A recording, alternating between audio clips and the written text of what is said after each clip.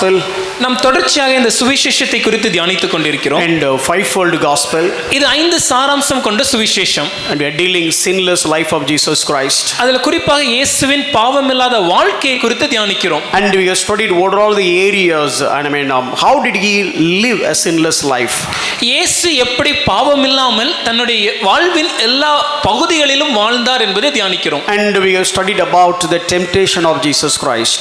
இதுல இயேசு எப்படி சோதனைகளை சந்தித்தார் என்று பார்த்தோம். So in that point we could understand that his mind is full of the word of God. அதை குறித்து தியானிக்கும் போது நாம் புரிந்து கொண்ட காரியம் அவருடைய மனம் முழுவதுமே தேவனுடைய வார்த்தையினால் நிறைந்திருந்தது. So what we need to do, so we need to fill our mind with the good things. அப்படினா நான் என்னையா செய்யணும்? என்னுடைய மனதையும் நல்ல காரியங்களால் நிரம்பி இருக்க செய்ய வேண்டும். So what are the good things I can think of? அப்படினா நல்ல காரியங்கள் என்னென்னவற்றை நான் சிந்திக்க வேண்டும்? So we went to Philippians chapter 4:8, and Paul was asking us to think 8 different things. That's what we are dealing right now. அதை குறித்து நாம் யோசிக்கும்போது பிலிப்பியருக்கு எழுதப்பட்ட நிருபம் 4ஆம் அதிகாரம் 8ஆம் வசனத்துல பவுலடிகரால் எழுதி கொடுத்திருக்கிற 8 காரியங்கள் இவைகளையே சிந்திக்க வேண்டும் என்று சொல்லி இருக்கிறார். And the very important thing is the purity. அதுல ரொம்ப முக்கியமான ஒரு காரியம் கற்புள்ளவைகள் எவைகளோ. So what about our thought process when it comes to purity? இந்த நம்முடைய மன ஓட்டத்துல ஒரு கற்புடைய சிந்தனை இருக்கிறதா இல்லையா? So when it comes to that, we dealt with the Holy Spirit. Do we have the thoughts with purity when it comes to the Spirit of God? இதை குறித்து நாம் பார்க்கும்போது பரிசுத்த ஆவியாகிய தேவனை குறித்து நாம் தியானிக்க ஆரம்பித்தோம். பரிசுத்த ஆவியாகிய தேவனை குறித்து நாம் நினைக்கும் போது, அவரை யோசிக்கும் போது ஒரு கற்புடைய சிந்தனை இருக்கிறதா? I know there are few people, they will repeat my dialogue. I know, okay, finally say வாங்க சார், I wait பண்றோம். I do understand that, but still I'll repeat. எனக்கு நல்லாவே தெரியும். இதை நான் சொல்ல ஆரம்பிச்ச உடனே நீங்க சிலர்லாம் இந்த லைன் சொல்லிட்டாரு, அடுத்து இந்த லைன் தான் சொல்லுவாரு, அடுத்து இதுதான் சொல்லுவாருன்னு எனக்கு கூடவே நீங்களும் டிராவல் பண்றீங்கன்னு புரியுது. ஆனால் அது நல்லதுன்னு நான் நம்புறேன். உங்களுக்கு நல்லா புரிஞ்சிருச்சு. You know why we keep on saying that? ஏன் இதை திரும்ப திரும்ப சொல்லிக் கொண்டிருக்கிறோம்? When we finish this series, ஏன்னா இந்த தொடர் பிரசங்கம் முடிந்த பின்பாக wherever you go, நீங்கள் எங்கு சென்றாலும், anybody is asking about the Holy Spirit, யார் உங்களிடம் பரிசுத்த ஆவியானவரை குறித்து கேள்வி கேட்டாலும் immediately you will repeat. உடனடியாக உங்களால திரும்ப சொல்ல முடியும். Ephesians 5:18. எபேசியர் 5:18. So what you need to do when you are being filled by the Holy Spirit? பரிசுத்த ஆவியாரால் நிரம்பப்பட்ட ஒருவன் என்ன செய்ய வேண்டும்? Hallelujah. You know that, right? ஞாபகம் இருக்குதா? இதுக்கு மேல எல்லாம் ரிப்பீட் பண்ண முடியாது. அடுத்த வாரத்தில் இந்த சப்ஜெக்ட்டுக்கு முற்றுப்புள்ளி வைக்கிறோம். So we are going to put a full stop on next week. ஆகவே நீங்க அதை நல்லா ஞாபகம் வச்சுப்பீங்க நம்புறோம். Few thought, அப்ப இந்த வாரம் நீங்க வைக்கல. We'll finish this topic next week. அடுத்த வாரம் நம்ம இந்த தொடர் பிரசங்கத்திற்கு ஒரு முற்றுப்புள்ளி வைக்க போறோம். See why we are talking again and again. We'll never know whether we'll be able to come back to this topic. ஏன் இந்த காரியத்தை இவ்வளவு ஆழமாக நாம் தியானிக்கிறோம் என்றால் நமக்கு தெரியாது மறுபடியும் இதே காரியத்தை சிந்திப்பதற்கான வாய்ப்பு கிடைக்குமா இல்லையா என்று. Please listen very carefully. Now not only me preaching this. இப்போ நான் சொல்றதை ரொம்ப ஆழமா கவனமா நீங்க கவனிக்கணும்னு கேட்டுக்கொள்றேன். ஏன்னா நான் மாத்திரம் இதை பிரசங்கிக்கவில்லை. So there are so many people heard this. இதை अनेक பேர் கேட்டு, being very honest, ரொம்ப உண்மையாக சொல்றேன் வெளிப்படையாக. So many Pentecost churches are in fire now. இப்போ अनेक பெந்தேகோஸ்தே திருச்சபையில இப்போ ஒரு தீ பத்த ஆரம்பிச்சிடுச்சு. So one preacher he heard this, ஒரு பிரசங்கியார் இதை கேட்டு, and when his church somebody was leading to get down the Holy Spirit from heaven, அங்க அவருடைய சபையில ஆராதனை வேளையில ஒருவர் எழுந்து பரிசுத்த ஆவியானவரை வானத்திலிருந்து வரவைப்பதற்கு முயற்சி செய்து கொண்டிருந்த போது he stepped inside, அந்த the podium, அந்த போதகர் அந்த மைக்கை எடுத்து, போதும் தம்பி கொஞ்சம் நிறுத்துங்க, பரிசுத்த ஆவி வந்தா இப்படி வராது தம்பி. When the Holy Spirit comes, this is not how he will manifest. He started leading them into the truth. அவர் சத்தியத்திற்குள்ளாக அந்த சபையை நடத்த ஆரம்பித்தார். Not only in one church, ஒரு சபை மாத்திரமல்ல, even we went for the camp yesterday. நேத்து ஒரு முகாமிற்கு நாங்கள் சென்றிருந்தோம். Even in that camp, hard topic is this. அந்த முகாம்ல அங்க எடுக்கப்பட்ட மிக முக்கியமான பிரசங்கம் இதுதான். எங்கேயோ கொளுத்தி போட்டது எங்கெல்லாமோ போயிட்டு இருக்கு. So we have lit the fire on one place and it is getting spread as wildfire to many areas. Hope you will understand the importance. இதோட முக்கியத்துவத்தை நீங்கள் புரிந்து கொள்வீர்கள் என்று விசுவாசிக்கிறேன். Thanks அப்பா, திருப்தி ஆயிட்டு. Many places they started teaching this. அநேக இடங்களில் இந்த காரியங்களை குறித்து கற்றுக் கொடுக்க ஆரம்பித்து விட்டார்கள். And we want to make it as viral. இதை உண்மையாகவே எல்லா இடத்திற்கும் பரவி செல்லக்கூடிய தீச்செய்தியாக மாற்ற வேண்டும் என்று எதிர்பார்க்கிறோம். I mean, a couple of weeks back, Paul went to one particular place and there he preached. ஒரு சில வாரங்களுக்கு முன்பாக நமக்கு அறிமுகமான பால் பாஸ்டர் அவங்க ஒரு சபைக்கு செல்லும்போது இந்த காரியத்தை அவர் பிரசங்கித்தார். He didn't preach, in fact he quoted.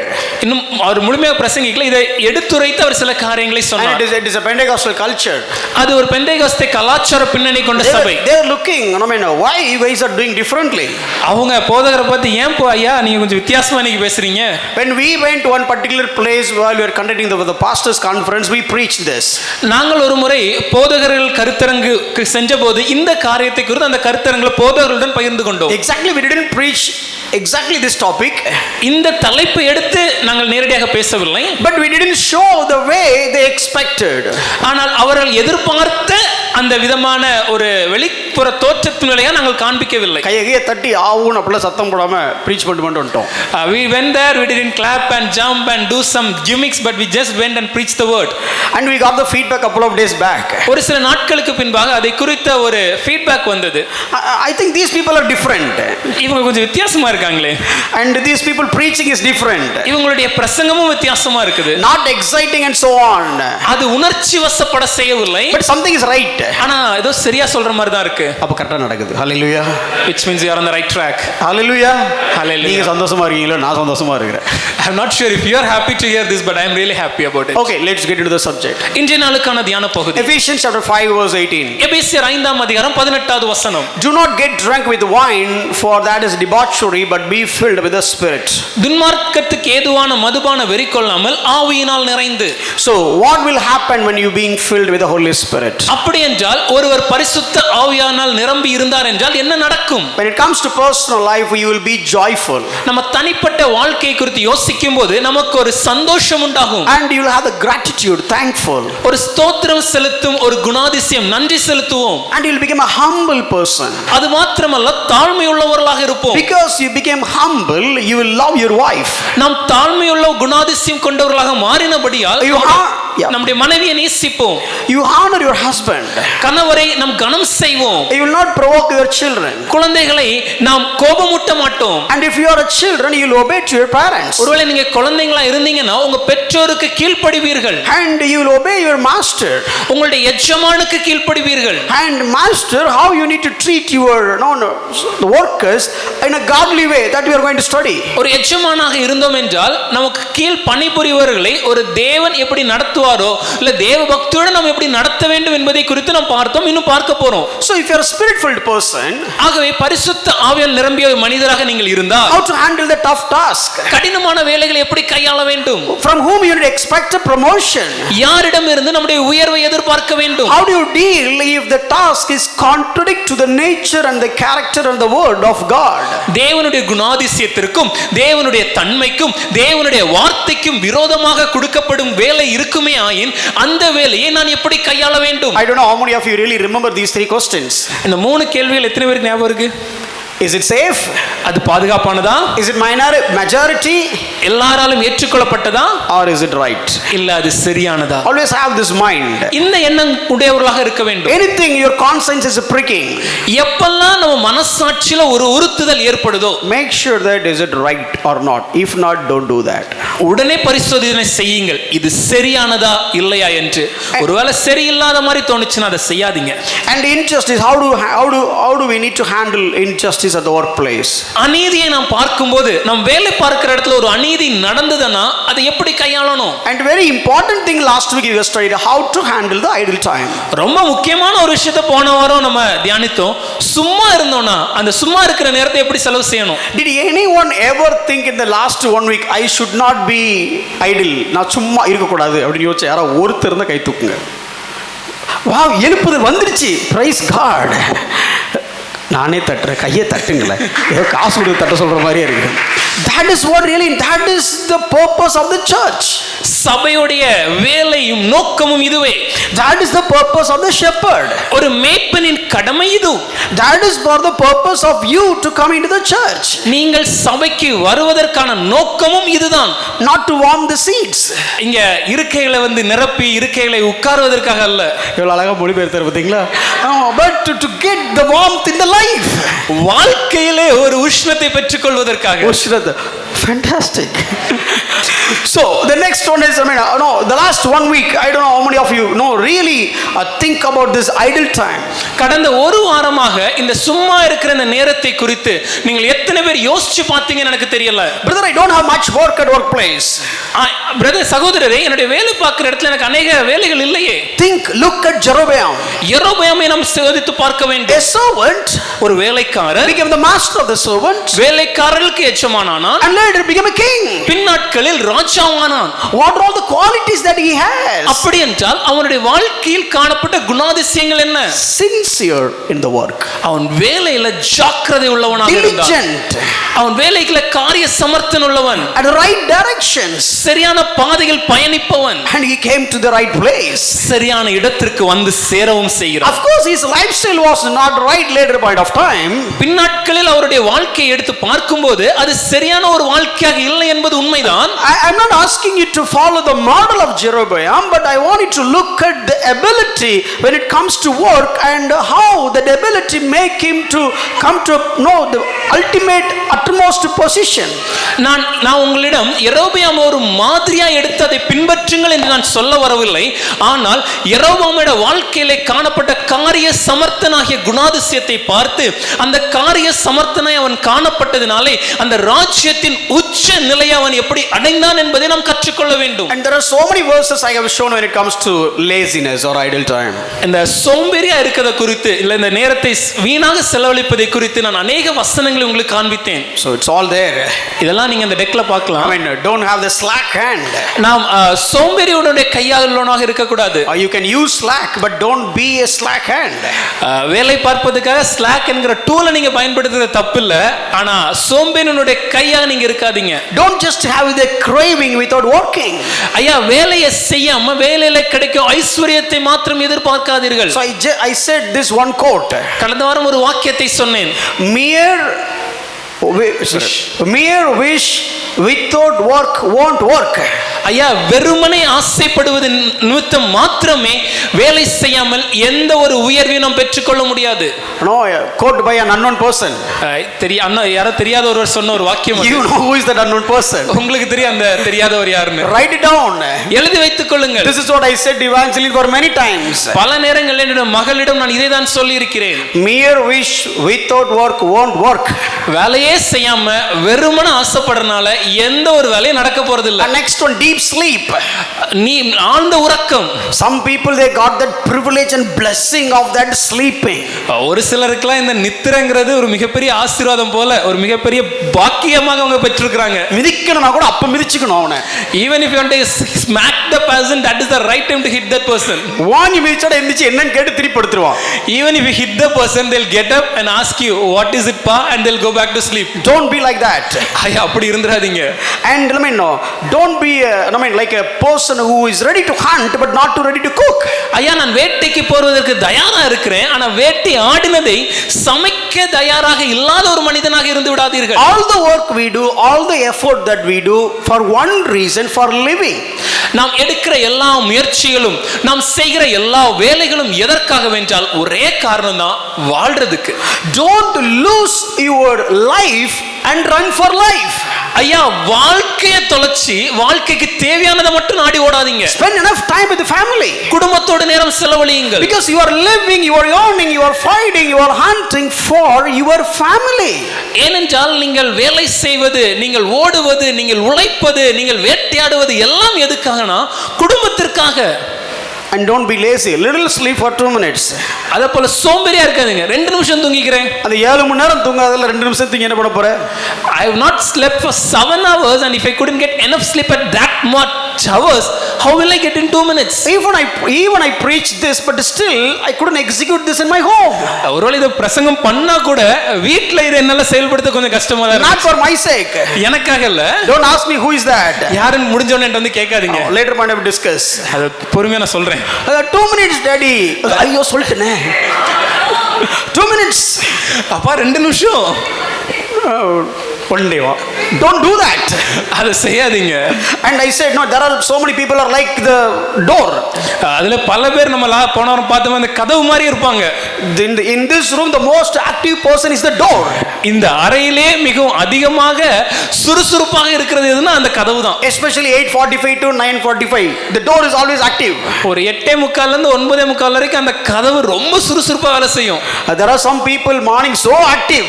ஒரு சிலர்லாம் காலையில இதே போல ரொம்ப சுறுசுறுப்பா இருப்பாங்க. But still they'll never go anywhere. ஆனா எங்கேயுமே போக மாட்டாங்க. போன வாரம் மெசேஜ் கேட்டா புரிஞ்சிருக்கும். So if you listen to last week's message, you would understood what I meant. So this is all about workers. இதெல்லாம் வேலை செய்கிறவர்களை குறித்து நாம் தியானித்தோம். Last week I have touched a little bit about the masters. கடந்த வாரம் எஜமான்களை குறித்து கொஞ்சம் உங்களுக்கு அதை கற்றுக் கொடுத்தேன். And I said I finished when it comes to masters. I am going to move on to the next topic. அதை சொல்லும்போது எஜமான்களை குறித்து இவ்வளவுதான், அடுத்த வாரம் அடுத்த காரியத்தை குறித்து சொல்ல போறேன்னு சொல்லி இருந்தேன். But I was not satisfied. ஆனால் எனக்கு அது திருப்தியாக இருக்கவில்லை. And while I was doing a little bit study, I got a little bit few more ideas. So I just want to present this today. ஆகவே அந்த காரியத்தை குறித்து இன்னும் கொஞ்சம் தியானிக்கும்போது இன்னும் ஒரு சில காரியங்களை நான் கற்றுக்கொண்டதனால அதை உங்களிடம் சொல்ல வேண்டும் என்று நினைக்கிறேன். There are many entrepreneurs out there. நம்ம இடத்துல நிறைய தொழிலதிபர்கள் இருக்காங்க. And there are many to be entrepreneurs are also here. தொழில்களை தொடங்க முனைவோராக நம்ம இடத்துல அநேகர் இருக்கிறார்கள். There are many managers are here. அநேக அதிகாரிகள் இருக்கிறீர்கள். There are many supervisors are here. மேலதிகாரிகள் இருக்கிறீர்கள். And there are people who are doing appraisal for other people. மற்றவர்கள் செய்கிற வேலை சரியா இருக்கா இல்லையான்னு கணக்கு செய்யற இடத்துல இருக்கிறீங்க. Since so many of us are bosses, I would like to teach this topic. இங்க அநேக பேர் எஜமான்களாக இருப்பதனால இந்த காரியத்தை குறித்து சொல்ல விரும்புறேன். உடனே திரும்பி பார்த்து அநேக பேர்னு சொன்னீங்களே யாரு சார் அப்படின்னு பாத்துறாதீங்க. But no, whether now or later point of time, one day we'll become masters. Hallelujah. Hallelujah. ஒருவேளை இன்னைக்கு இல்லனாலும் ஒரு நாள் நிச்சயமாகவே நாம் எஜமான்களாக மாறுவோம். Hallelujah. See, நாங்களும் prosperity பேசுறோம். Hallelujah. Hallelujah சொன்னாங்க முதல்ல. Okay, one day, God will know, He will not make you as a tail but the head. உன்னை வாலாக்காமல் தேவன் தலையாக்குவார். Not to beneath but above. கீழாகாமல் மேலாவாய். He will do that for you. தேவன் அதை நிச்சயமாகவே செய்வார். Amen. Amen. சொல்றீங்களா? Amen. Okay, one day, I know God is a good God. தேவன் நல்லவர். He is always a God of blessing. அவர் நம்மை ஆசீர்வதிக்கும் தேவன். In the very first chapter, the Bible is talking about being fruitful and multiply and replenish and subdue the earth. வேதாகமத்தில் முதல் அதிகாரத்தை நாம் பார்க்கும்போதே அங்கு தேவன் நாம் கற்றுக் கொடுக்கிற காரியம் பலுகி பெருகி உலகத்தை நிரப்பி பூமியை ஆண்டு கொள்ள வேண்டும் என்று சொல்லி. Very important thing is when it comes to the first chapter, it says have dominion over it. வேதத்தில் இந்த 1ஆம் அதிகாரத்தை கொஞ்சம் கவனமா நாம் பார்க்கும்போது தேவன் சொல்லுகிற காரியம் ஆண்டு கொள்ளுங்கள். We are called to have dominion. நாம் ஆள்வதற்காக அழைக்கப்பட்டவர்கள். Wherever you are, you need to have the dominion. நீங்க எந்த இடத்துல நீங்க இருந்தாலும் ஒரு ஆளுகை உள்ளவர்களாக இருக்க வேண்டும். God is not called you to be the least. உங்களை தேவன் கடைசியாக இருப்பதற்காக அழைக்கவில்லை. God wants you to be humble but not be humiliated. உங்களை தாழ்மையோடு இருக்க சொல்றார், ஆனா யாரிடத்திலும் தாழ்ச்சி அடைய சொல்லவில்லை.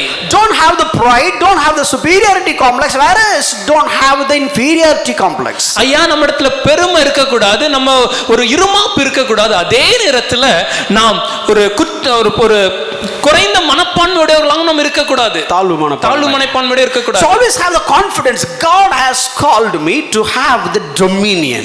ஆகவே எப்பொழுதும் நமக்கு இருக்க வேண்டிய ஒரு எண்ணம் தேவன் என்னை ஆண்டு கொள்வதற்காக அழைத்தார். So I don't want to get deviated but just to like to give couple of insights. அந்த காரியத்தை குறித்து சொல்லி நான் வழிமாற விரும்பவில்லை, ஆனா ஒரு சில காரியங்களை மட்டும் நினைப்பூட்ட விரும்புறேன். See, Joseph was in the prison. ஐயா யோசேப்பு சிறைச்சாலையில் இருந்தார். Like a slave. அவன் அடிமையாக.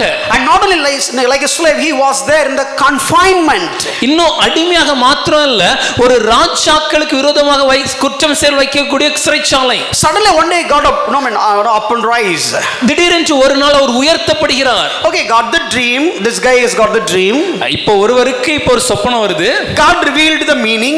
தேவன் அந்த அர்த்தத்தை வெளிப்படுத்துகிறார். No contribution from Joseph. யோசேப்பு என்ன அதுக்கான விளக்கத்தை சொல்கிறார். It's God's work. அது தேவன் செய்த காரியம். God has given the meaning and this guy was just like a channel to just to call it out.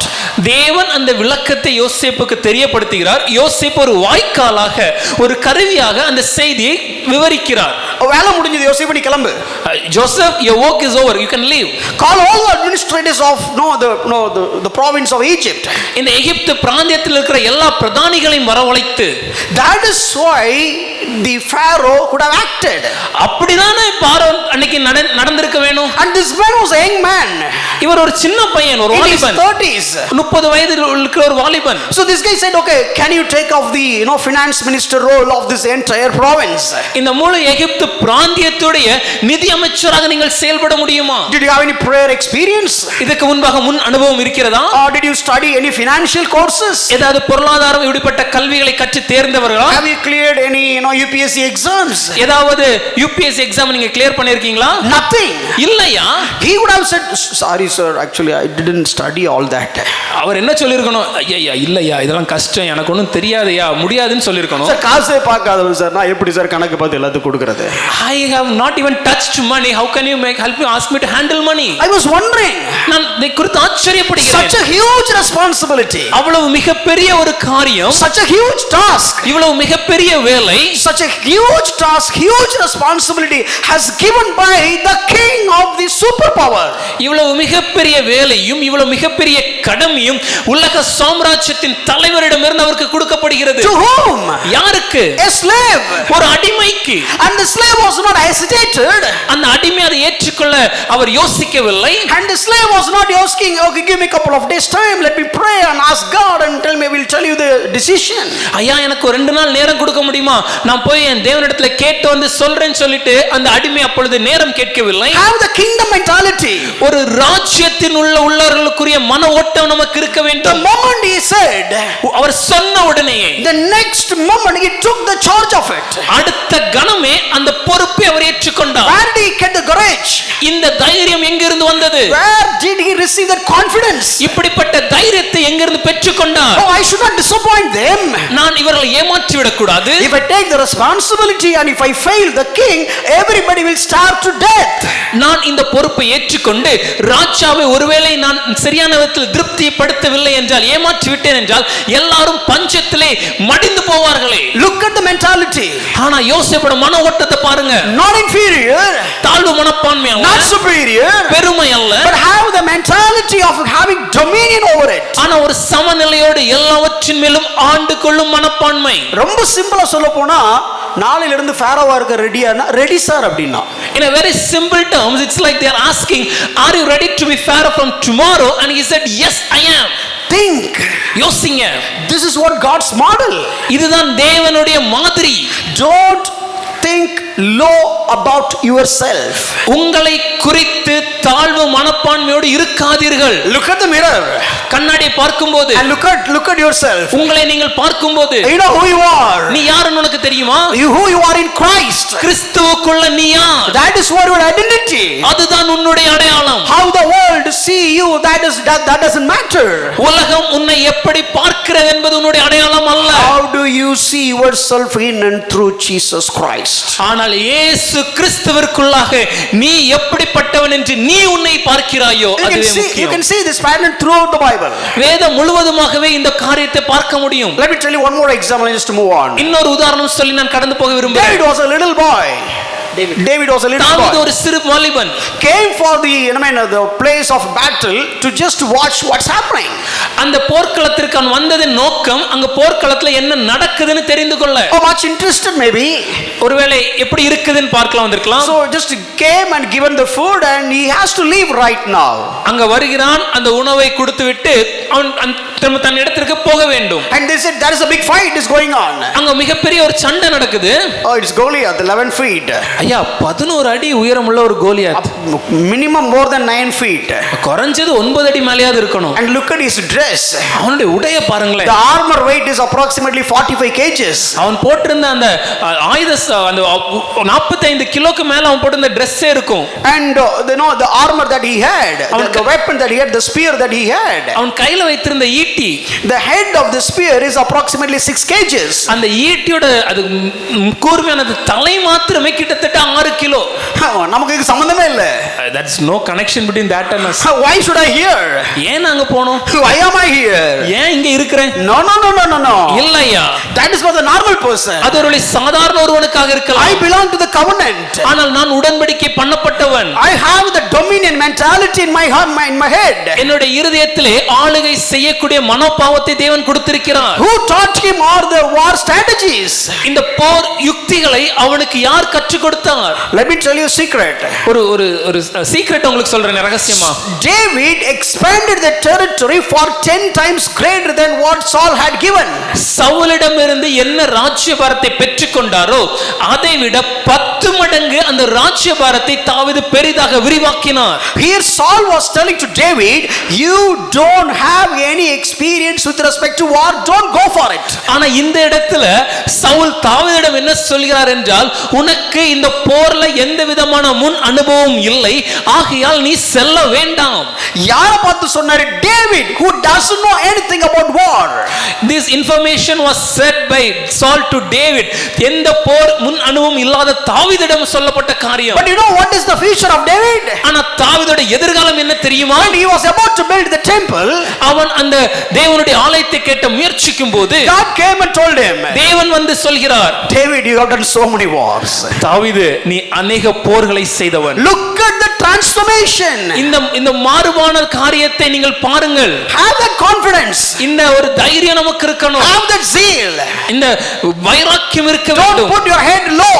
உங்க தலையை நீங்களே தொங்க போடாதீங்க. God called you to raise your head. தேவன் உங்கள் தலையை உயர்த்தவே உங்களை அழைத்தார். Not for your glory, so that the world will see who is your God. அது நம்முடைய மகிமைக்காக அல்ல, ஆனால் நம் மூலமாக இந்த உலகம் நம்முடைய தேவன் யார் என்று அறிந்து கொள்வதற்காக. What happened for David? தாவீதுக்கு என்ன நடந்தது? He expanded full of wars. வாழ்க்கை முழுவதுமாகவே போர்களாக இருந்தது. The one who has got the one who has certified by the king that you don't know anything about the war, later point of time after 40 years or 30 years, he became the super warrior in the entire book of the scriptures. ராஜாவால உனக்கு போர் செய்வதற்கு தகுதி இல்லை, உனக்கு முன் அனுபவம் இல்லை என்று சாட்சி சொல்லப்பட்ட அதே வாலிபனாகிய தாவீது 30-40 வருடங்களுக்கு பின்பாக அவன் ராஜாவாகி இந்த வேதாகமத்திலே மிக சிறந்த ஒரு போர் வீரனாக மாறினான் என்பதை பார்க்கிறோம். Why I said this? ஏன் இதை சொல்கிறேன்? God told him. தேவன் சொன்னார். God told, your hand is the hand of bloodshed. தேவனே அவனை குறித்து சொல்கிறார், உன் கரத்தினாலே அதிக இரத்தத்தை நீ சிந்தி இருக்கிறாய். Come to the New Testament. புதிய ஏற்பாட்டை பார்க்கும்போது Look at Peter. பேதுருவை பாருங்கள். Denied. தேவனை மறுதலித்தான். Cursed Jesus Christ. இயேசு கிறிஸ்துவை சபிக்கவும் செய்தான். 40 to just 50 days approximately. கிட்டத்தட்ட 50 நாட்கள் தான். How come he got the courage? ஐயா, எப்படி இந்த தைரியம் வந்தது? All the people are in front of him. எல்லா ஜனங்களும் அவருக்கு முன்பாக நிற்கும்போது A fisherman, ஒரு மீனவன், he came to all the rulers. You killed Jesus Christ. எல்லா ஜனங்களுக்கு முன்பாக எழுந்து நின்று, தேசாதிபதிகளே, நீங்கள் தான் இயேசுவை கொலை செய்தீர்கள் என்றான். Where did he get that confidence? இந்த தைரியத்தை எங்கிருந்து பெற்றுக்கொண்டான்? And look at, he never, after that you will never see them put their head down. அதன் பின்பாக பேதுரு ஒரு நாளும் தன்னுடைய தலையை தொங்க போட்டதை நீங்க வாசிக்க முடியாது. Paul came as a prisoner. ஐயா, ஒரு சிறை கைதியாக வந்தவர் பவுலடிகளார். Oh, in front of Felix. பெலிக்ஸுக்கு முன்பாக நிற்கிறார். Felix is getting worried to talk to Paul. Rather, Paul is not never being worried to talk to Felix. ஆனால் தேசாதிபதியாகிய பெலிக்ஸ் இப்பொழுது பவுலிடம் பேசுவதற்கு அஞ்சுகிறார். ஆனால் சிறைச்சாலை கைதியாகிய பவுலோ தேசாதிபதியிடம் பேசுவதற்கு பயப்படவில்லை. யாரு சார் யாருக்கு பயப்படணும்? Who has to fear whom? The one who has the power, he has to be respected by the prisoner. ஐயா, அதிகாரமும் வல்லமையுடைய அவனை பார்த்து இந்த சிறைச்சாலை கைதிதான் பயந்து கனத்தை கொடுக்க வேண்டும். Look at the Christian mentality. கிறிஸ்தவனுக்கு இருக்க வேண்டிய மனோபாவம் இது. No, and don't have this trembling and timid mentality at all. ஐயா பயந்து நடுங்கற இந்த காரியம் நமக்கு இருக்க கூடாது. That is why I'm preaching. You will become masters one day. அதனால தான் நான் சொல்கிறேன், ஒரு நாள் தேவன் உங்களை எஜமான்களாக உட்கார செய்வார். I'm not talking about monetary benefits. ஐயா உலகத்துல பொருளாதாரமாக கிடைக்கிற உயர்வை குறித்து நான் சொல்லவில்லை. That is the byproduct. அதெல்லாம் இதற்கு இணையாக வரக்கூடிய விளைபொருட்கள். But I'm talking about being a master in the dominion to give glory, to bring glory to God. ஆனால் நான் சொல்ல வருகிற காரியம், ஒரு எஜமான்களாக நீங்கள் இருந்து ஆண்டு கொள்ளும்போது தேவனுக்கு அதன் மூலமாக மகிமையை கொண்டு வருவது. Agrippa's great grandfather was a king. ஐயா அகிரிப்பா அவர்களின் முன்னாள் தாத்தான்னு வச்சுக்கலாம். அகிரிப்பாவோட தாத்தாவோட அப்பா ஒரு மிகப்பெரிய ராஜாவாக இருந்தார். He was the one ordered to kill all the babies in Bethlehem. அவர்தான் பெத்லெஹேம் நகரத்தில் இருக்கக்கூடிய எல்லா குழந்தைகளையும் கொல்வதற்காக கட்டளையிட்டவர். And Agrippa's uncle was a kind of a king, and he was the one who killed John the Baptist. அதே போல அகிரிப்பா அவர்களுடைய மாமாவும் ஒரு ராஜாவாக இருந்தபோது, ராஜா போல அவர் இருந்தார், அவர்தான் யோவான் ஸ்நானகனை கொலை செய்தார். And another Agrippa who killed James in Acts chapter 12. அதே போல அப்போஸ்தலர் 12ஆம் அதிகாரத்தை பார்க்கும்போது இன்னொரு அகிரிப்பா இருக்கிறார், அவர்தான் யாக்கோபு சீஷனாகிய யாக்கோபை கொலை செய்தார். Same family, எல்லாம் ஒரே குடும்பம் தான். And this same Agrippa put Peter in prison and planned to kill him. அதே அகிரிப்பா பேதுருவை சிறைச்சாலையில் வைத்து கொலை செய்ய திட்டம் தீட்டினார். And his son Agrippa, 17 years old, அவருடைய குமாரன், அவர் பேரும் அகிரிப்பா, அவருக்கு 17 வயது. approximately 17 years old when Acts 12. கிட்டத்தட்ட அப்போஸ்தலர் 12ஆம் அதிகாரத்தில் அவருக்கு 17 வயது இருந்திருக்க வேண்டும். Later point of time, பின் நாட்களிலே Paul was standing before this Agrippa. இந்த மகனாகிய அகிரிப்பாவிற்கு முன்பாக தான் பவுலடிகளார் நிற்கிறார். He is a kind of a king right now. இப்ப கிட்டத்தட்ட ஒரு ராஜா மாதிரி அவர் இருக்கிறார். Because he is so young, this Gladius didn't make him as a king, but make him as a governor with respect to temple and all the authorities. அவர் மிகவும் இளையவனாக சிறு வயதிலே இருந்தபடியினாலே கிளவுது ராயன் அவரை ராஜாவாக ஆக்காமல் இந்த கோயில் தேவாலயம் இப்படிப்பட்ட காரியங்களுக்கு ஒரு பிரதானியாக வைத்திருந்தார். He is a kind of a king right now. கிட்டத்தட்ட ஒரு ராஜா மாதிரி இருக்கிறாரு. His dad was a king. அவங்க அப்பா ஒரு ராஜா, just died. சில வருடங்களுக்கு முன்பாக தான் மரித்தார். And his uncle was also king. அவங்க மாமாவும் ஒரு ராஜா தான். And great grandfather is also king. அவங்களுடைய தாத்தா அவரும் ராஜா தான். He came from the king's family. ஒரு ராஜ குடும்பத்திலிருந்து அவர் வருகிறார். And Paul is talking in front of him. அவர்களுக்கு முன்பாக நின்று பவுல் பிரசங்கம் செய்கிறார். Look at his words. அவருடைய வார்த்தையை கவனியுங்கள். He is playing with words. அவருடைய பயன்படுத்திய வார்த்தைகள், அவருடைய வார்த்தை ஜாலம். His words, the way he put his words. When he was defending his case, not defending case, in fact using the opportunity to defend his case, he was presenting the gospel for all the people in the auditorium. தன்னுடைய வழக்கை நியாயப்படுத்துவதற்கான ஒரு வாய்ப்பு கிடைத்த போது அந்த வாய்ப்பை ஒரு சுவிசேஷ ஒரு பிரசங்கமாக மாற்றி அங்கிருந்த எல்லாருக்கும் ஒரு சுவிசேஷத்தை பிரசங்கித்துக் கொண்டிருந்தார். Look at his attitude. அவருக்கு இருந்த மனப்பாவம், all the imperial people, இங்க இருப்பதெல்லாம் ராஜாக்களும் பிரதானிகளும், it's like a pomp community, உயர்ந்த தேசத்திலே உயர்ந்த இடத்தில் வசிக்கும் ஜனங்கள், a princess, ஒரு ராஜஸ்திரீ, and this guy was like a king, ஒரு தேசாதிபதி போல ராஜாவாக. And when this Festus got tensed with Paul and calling Paul as a mad person, இந்த பெஸ்து அவர்கள் பவுலை குறித்து பார்க்கும்போது மதிகெட்டவன் போல பேசுகிறான் என்று சொல்கிறார். when he is calling himself a mad, அவர் என்ன மதிகெட்டவன் அழைக்கும்போது it was a wonderful defense argument that Paul is portraying. Pavul ஒரு அற்புதமாக தான் யார், சுவிசேஷம் என்ன என்பதை குறித்து ஒரு பிரதிவாதத்தை வைக்கிறார். Out of the 6 different defenses, this is the 5th defense and the highlighted argument done by Paul as a lawyer. ஒரு 6 பிரதிவாதங்களை பவுல் வைத்ததாக பார்க்க முடியும். ஒரு வழக்கறிஞர் போல இந்த 6 காரியங்களில் 5ஆவதாக அவர் சொன்ன இந்த பிரதிவாதம் மிகவும் சிறப்பம்சம் உரியது. He is in chains. அவர் சிறைச்சாலையில் இருக்கிறார், surrounded by chains. தன்னை சுற்றி விலங்கத்தினாலே கட்டப்பட்டிருக்கிறார். And he is presenting. அவர் இப்பொழுது தன்னுடைய பாதத்தை எடுத்து And வைக்கிறார். the king who is on the throne, அரியணையில் இருக்கும் ராஜா, the prince, maybe the governor, அரியணையில் இருக்கும் பிரதானி, Festus says, madman. பெஸ்து அவர்கள் சொல்கிறார், மதிகெட்டவன் போல் பேசுகிறாய். Immediate response. உடனடியாக பவுல் சொன்ன Oh, காரியம், most honorable Festus, மிகவும் கனத்துக்குரிய பெஸ்து அவர்களே, you may not know, ஒருவேளை உங்களுக்கு தெரியாது, but Agrippa, you know. ஆனா அகிரிப்பாவே உமக்கு தெரியும். Just no, we couldn't fathom that picture. அங்க நடந்த அந்த காரியத்தை கொஞ்சம் அப்படி யோசிச்சு பாருங்க. யாரா நீ? Who are you, man? நீ யாரு? Who are you? You are a slave. So you are a prisoner. நீ ஒரு சிறைச்சாலை கைதி. I can kill you. உன்னை கொல்ல முடியும். I can deliver you. உன்னை விடுதலை செய்யவும் I முடியும். can put you in the prison continuously. இல்ல தொடர்ச்சியாக இந்த சிறைச்சாலையில் உன்னை வைக்கவும் என்னால் முடியும். யார்கிட்ட பேசுறது? Who is speaking to whom? Having the attitude of dominion. ஆனால் ஒரு ஆளுகை செய்யக்கூடிய மனோபாவம் அவருக்குள் இருந்தது. Have that dominion. அந்த மனோபாவம் நமக்கு வேண்டும். Wherever you go, நீங்கள் எங்கு சென்றாலும், whatever the work, என்ன வேலை செய்தாலும், whatever the role you play, என்ன காரியத்தை நமக்கு எடுக்க நேர்ந்தாலும், if you are right in your work, உங்க வேலையில நீங்க சரியா இருந்தீங்கன்னா always have the mentality of dominion. ஆளுகை செய்ய வேண்டும் என்ற மனோபாவம் உங்களுக்குள் இருக்க When you வேண்டும். walk into your office, உங்க அலுவலகத்துக்குள் நீங்கள் நடக்கும்போது, when you walk into your workplace, உங்க அலுவலகத்துக்குள்ள காலடி எடுத்து வைக்கும்போது, when you walk into your business, உங்களுடைய வேலை தொழிலை நீங்கள் தொடங்க செய்யும் போது have the mentality. இந்த எண்ணம் இருக்க I வேண்டும். am called to be fruitful and multiply and replenish and subdue the earth, have dominion over it.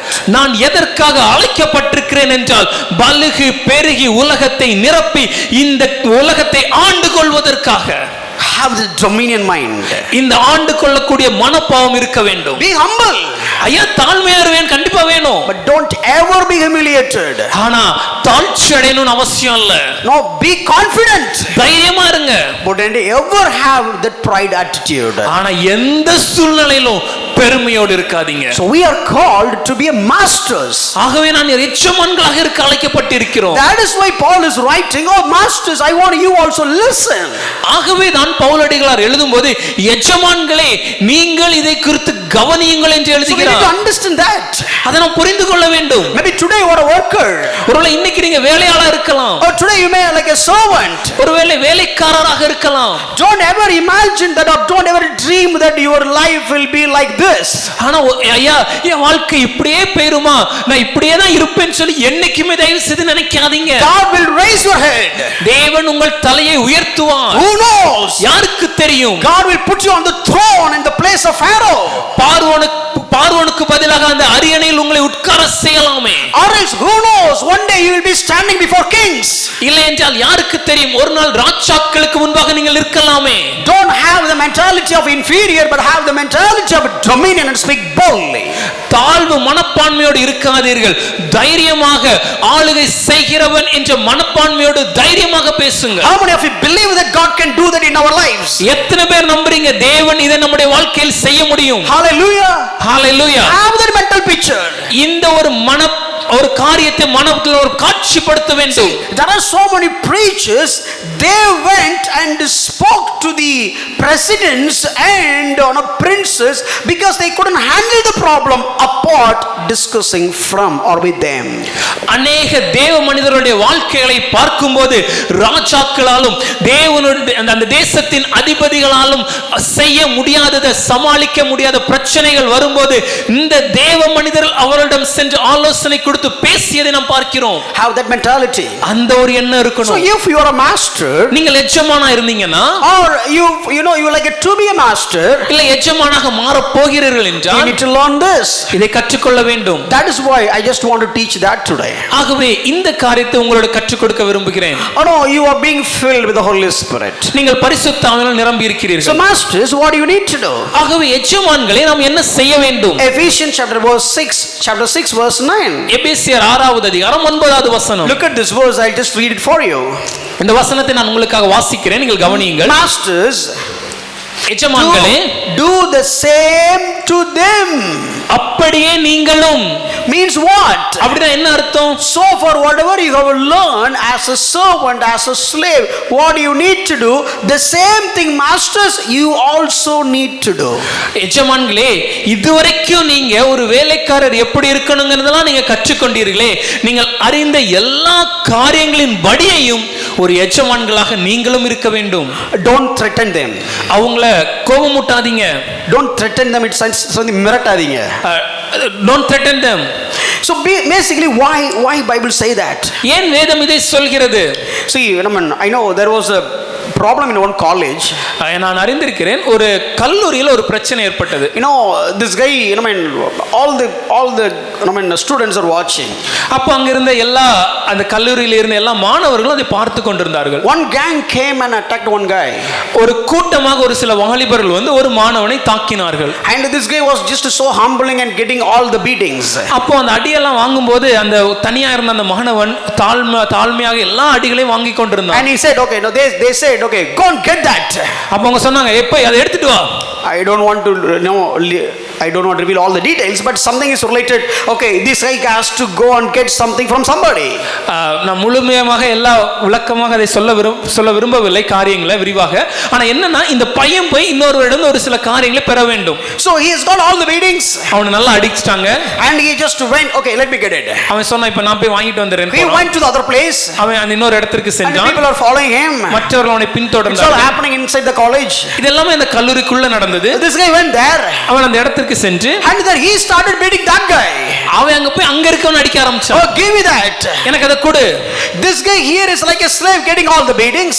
இங்க ஒரு அடிமை போல எல்லா அடியும் வாங்குனான். And there he went and give all the beatings like the master. ஆனா அங்க போனவன ஒரு எஜமான போல அங்க இருக்கவன அடிக்க ஆரம்பிச்சிட்டான். So he got all the beating and get all that. அவனை நல்லா அடிச்சு அவன்ட்ட இந்த காரியத்தை வாங்கிட்டு, and all the girls are watching. அவ எல்லா பிள்ளைகளும் பார்க்கும்போது பெண்கள் எல்லாம், here he is like like a coward and getting all the beatings. இவங்க ரொம்ப அப்பாவி போல எல்லா அடி வாங்குனா. And he went there like a hero, he is giving all the beatings to others. ஆனா அங்க போனா ஒரு கதாநாயகன் போல மத்தவன போட்டு அடி நடிக்கிறானே. What's happening? என்ன நடக்குது? Oh, this is the mental picture we should have. நமக்கு இந்த ஒரு படம் நம்முடைய மனதில் அப்படி இருக்க வேண்டும். You may become a master of thousands. ஒருவேளை நீங்கள் 1000 பேருக்கு மேலான ஒரு அதிகாரியாக மாறினாலும், don't dare to forget you have a master as well. உங்களுக்கு மேல ஒரு எஜமான் இருக்கிறார் என்பதை ஒரு நாளும் மறந்து விடாதீர்கள். I know you will remember the parable that Jesus said. இயேசு சொன்ன அந்த ஊமையை நீங்கள் நினைவு கொள்வீர்கள் என்று நான் நினைக்கிறேன். One master has forgiven that slave forgiven that for the person for so much amount. ஒரு எஜமான் தன்னுடைய வேலைக்காரரை அதிகமாக கடன் வாங்கி இருந்தாலும் அது எல்லாவற்றையும் மன்னித்து விட்டார். But he went. ஆனால் அவன் சென்று, no, he has forgiven this guy for $1 million. கோடிக்கணக்கான ரூபாய்க்கான மதிப்புடைய ஒரு மன்னிப்பை இவர் பெற்றுக்கொண்ட பின்பு, and this guy went and find out a guy who has given to 10,000 rupees. அவர் தனக்கு நெருங்கிய ஒருவருக்கு அறிமுகமான ஒரு இன்னொரு வேலைக்காரருக்கு 1000 ரூபாய் கடன் கொடுத்திருக்கிறாரு. He put the case against him. அவருக்கு விரோதமாக வழக்கு தொடர்ந்து and put him on the prison. அவரை சிறைச்சாலையில் தள்ளி விட்டார். This manager came to know that. இது இப்பொழுது எஜமானுக்கு தெரிய வந்தது. You know what happened in the story? உங்களுக்கு தெரியும் அதை தொடர்ந்து இரண்டாவது பாகம் அந்த கதை எப்படி முடிஞ்சதுன்னு. This is me. இது நான். This is you. இதுதான் நீங்க. You have so many servants. உங்களுக்கு கீழ अनेक வேலைக்காரர் இருக்கலாம். and you are the master. நீங்கள் எஜமான். Don't forget. ஒண்ணு மறந்துடாதீங்க. You have a greatest ever master. உங்களுக்கு மேலேயும் ஒரு மிக பெரிய எஜமான் இருக்கிறார் என்று. He has given so much to you that nobody can ever give it to you. அவர் உங்களுக்கு அளித்தது மிக பெரிய காரியம், அதை ஒருவராலும் ஒரு காலம் உங்களுக்கு அளிக்க முடியாது. and whatever the money, நீங்க இப்ப கொடுத்திருக்கிற அந்த பணம், whatever the job, அந்த வேலையா இருக்கலாம், whatever the bonus, இல்ல அந்த அதுல கிடைக்கிற உயர்வா இருக்கலாம், whatever the appraisal rating, இல்ல appraisal rating-ஆ இருக்கலாம், whatever the appreciation mail, இல்ல பாராட்டுக்குரிய மின்னஞ்சலா இருக்கலாம், whatever the gift voucher, இல்ல கொடுக்கிற அந்த பணம் காரியமா இருக்கலாம். all these things are nothing when compared to what God has given to you. ஆனா நீங்கள் தேவனிடத்திலிருந்து பெற்றுக்கொண்ட காரியத்தோடு ஒப்பிட்டு பார்க்கும்போது இது ஒண்ணுமே இல்லையா. When you became a second person after Pharaoh, ராஜாவாகிய பார்வோனுக்கு அடுத்த இரண்டாம் இடத்தில் நீங்கள் இருக்கும்போது, remember your brothers. உங்கள் சகோதரரை நினைவு கூறுங்கள். How Joseph treated his own brothers. யோசேப்பு தன்னுடைய சகோதரரை எப்படி நடத்தினார்? Especially after the father is expired. அதிலும் குறிப்பாக தகப்பனார் மரித்த பின்பு All these brothers got worried. அந்த எல்லா சகோதரருக்குள்ளேயும் ஒரு பயம் உண்டாயிற்று. Because this guy has not done any harm because we have our dad. Now the dad is expired. Oh, we don't know what this guy is going to do because we are in his custody. இதுவரைக்கும் நம்ம அப்பா இருந்தது நிமித்தமாக யோசேப்பு நம் யாவருக்கும் ஒரு தீங்கையும் செய்யவில்லை. ஆனால் இப்பொழுது தகப்பனார் மரித்து விட்டார். நாம் யோசேப்பின் ஆளுகைக்கு கீழே தான் இருக்கிறோம். இப்பொழுது யோசேப்பு நமக்கு ஒருவேளை தீங்கு செய்வாரோ என்று நினைத்தாங்க. If you have that mentality, அப்படிப்பட்ட ஒரு எண்ணம் நமக்கு இருந்துச்சுன்னா God doesn't have any problem to add more in your bucket. தேவன் இன்னும் அதிக காரியங்களை நம்முடைய கரத்தில் ஒப்படைப்பதற்கு அவர் தயங்க மாட்டார். Because God knows how you will handle it. ஏன்னா தேவனுக்கு தெரியும் நீங்கள் எப்படி சகோதரரை நடத்துவீர்கள். So here the first, you always remember, don't be harsh, don't be angry with all your subordinates. Have the mentality that you are his manager and you do have a greater manager there for you. ஆக முதலாவதாக நாம் என்ன செய்ய வேண்டும் என்றால் நமக்கு கீழே இருக்கிறவர்களை பயமுறுத்தாமல் கடும் சொற்களை கொண்டு நடத்தாமல் நமக்கு மேல ஒரு எஜமான் இருக்கிறார் என்பதை உணர்ந்து நாம் நடக்க வேண்டும். So now I would like to talk about Philemon a little bit. இங்கே பிலேமோனை குறித்து ஒரு சில காரியத்தை சொல்ல விரும்புகிறேன். Last week I started, but I just want to give more insight on that. கடந்த வாரம் இதை குறித்து கொஞ்சம் உங்கள்ட்ட பகிர்ந்து கொண்டு இன்னும் கொஞ்சம் ஆழமா தியானிக்க போறோம். When Paul was in prison, Pavul சிறைச்சாலையில் இருந்தபோது in that time, அந்த கால சூழ்நிலையில் approximately 60 million slaves are there. கிட்டத்தட்ட 60 லட்சம் அடிமைகள் இருந்தார்கள் in the Roman Empire. அந்த ரோம சாம்ராஜ்யத்துல மாத்திரமே. So slavery is basically very norms. அங்க இந்த அடிமை என்பது ஒரு சாதாரணமான ஒரு கலாச்சாரமாக காணப்பட்ட நாட்கள். The slave men and slave women, they were treated like, pieces in the marketplace. நம்ம சந்தையில ஒரு பொருளை எப்படி வாங்குவோமோ அதே போலதான் நாட்களில் அடிமைகள் அவர்கள் ஆணாக இருந்தாலும் சரி பெண்ணாக இருந்தாலும் சரி அப்படிதான் நடத்தப்படுவார்கள். You can go and buy at any point of time. நீங்க எப்பனாலும் சந்தைக்கு போய் ஒரு அடிமையை வாங்கிக்கலாம். Let me put it in this way. இல்ல இப்படி சொல்றேனே, if you have 365 degree, if you have 500 days salary of yours with you as a deposit, ஒருவேளை உங்க கிட்ட ஒரு 500 நாள் வேலைக்கான ஊதியம் உங்க கையில ஒரு கையிருப்பா இருந்துச்சுன்னா you can buy a slave. உங்களால ஒரு அடிமையை விலைக்கு வாங்க முடியும். He will be there for lifelong as a slave. அவன் வாழ்ற நாள் வரைக்கும் உங்களுக்கு கீழே அவன் அடிமையா தான் இருப்பான். 1 year you work. அவன் ஒரே வேலை. No, 1 year you work. ஒரு வருடம் நீங்கள் வேலை செய்து accumulate all the money. அந்த பணத்தை எல்லாம் சேகரித்து you can buy a slave. ஒரு அடிமையை நீங்க வாங்கிட்டீங்கன்னா rest of your life the slave will work for you. அதுக்கப்புறம் வாழ்க்கை ஃபுல்லா அந்த அடிமை உங்களுக்காக வேலை செய்வான். You need to have that mentality when you read slave in the Bible. வேதத்துல அடிமைகளை குறித்து நாம் வாசிக்கும் போது இந்த புரிந்துணர்வோடு வாசிக்க வேண்டும். Okay, if you want an educated slave, ஒருவேளை நல்ல கல்வி அறிவு உடைய ஒரு அடிமை வேண்டும் என்றால், if you want a skilled slave, இல்ல ஒரு சில கலைகளில் தேறின ஒரு அடிமை வேண்டும் என்றால், இந்த டெக்னாலஜில வேணும் சார் அப்படினு சொல்வீங்கல்ல, maybe we put a request, right? I want some technological specific skilled persons. latest இந்த காரியங்களை சோதிப்பதில் சிறந்த ஒரு வல்லுனர். No, not test, latest. மன்னிக்கவும், லேட்டஸ்ட் போன்ற காரியங்கள். Oh, this AI, இல்ல இந்த அறிவியல் நுண்ணறிவு, cloud, இந்த cloud காரியங்கள், இதெல்லாம் இருந்தா இவ்வளவு package sir. You will get this kind of package. அதே சிஸ்டம் அப்போ இருந்துச்சு. And they had the similar system on that time. If you want to have an educated skilled slave, their price is a little bit high. ஒருவேளை நல்ல கல்வி அறிவுடைய நல்ல கலைகள்ல கற்று தேறின ஒரு அடிமை உங்களுக்கு வேண்டும்னா கொஞ்சம் விலை ஜாஸ்தி. If you have 50,000 denarii, you can get a very skillful slave, not for a monthly work, monthly wages, for lifelong without wages. ஒரு 50,000 டினாரி நாட்கள் சம்பளம் உங்ககிட்ட இருந்துச்சுன்னா உங்களால நல்ல தேறின ஒரு அடிமையை வாழ்க்கை பூரா உங்களுக்கு வேலை செய்யறதுக்கு உங்களால பெற்றுக்கொள்ள முடியும். இப்ப மட்டும் இந்த கலாச்சாரம் இருந்துச்சுன்னு வச்சுக்கீங்களேன், if such a custom is available even today, நீங்க வேலை பார்க்குற ஐடி கம்பெனில நீங்க எல்லாரும் யாரு போ? So what would be our positions in the IT companies that we work? 1 year CTC அப்படி கொடுத்து ஒரு அடிமையை வாங்கி வச்சுக்கலாம் அப்படி. I'll give a package of 1 year salary and I'll buy a slave. Sir இது ஜாவாலே இருக்கு sir. And this slave is for Java. அப்போ நம்ம ஒரு AI வாங்கணும் sir. Let us buy another AI. ஒரு 5 பேர் salary எடுத்து கொடுத்து ஒரு AI பேக்கேஜ் வாங்கி விட்டுறலாம். Let me take 5 people's salary, put it as CTC, buy one AI as slave. சாகரத்துக்கு வேலை பார்க்கும் அது. Till the end of his life he will work. No salary, சம்பளம் கிடையாது, no increment, உயர்வு கிடையாது. ஏற்கனவே அப்படித்தான் அப்படிங்கறியா? Already no increment, no need to have the picture of 2%, 3%, 5%, have 500 rupees for tea as an increment.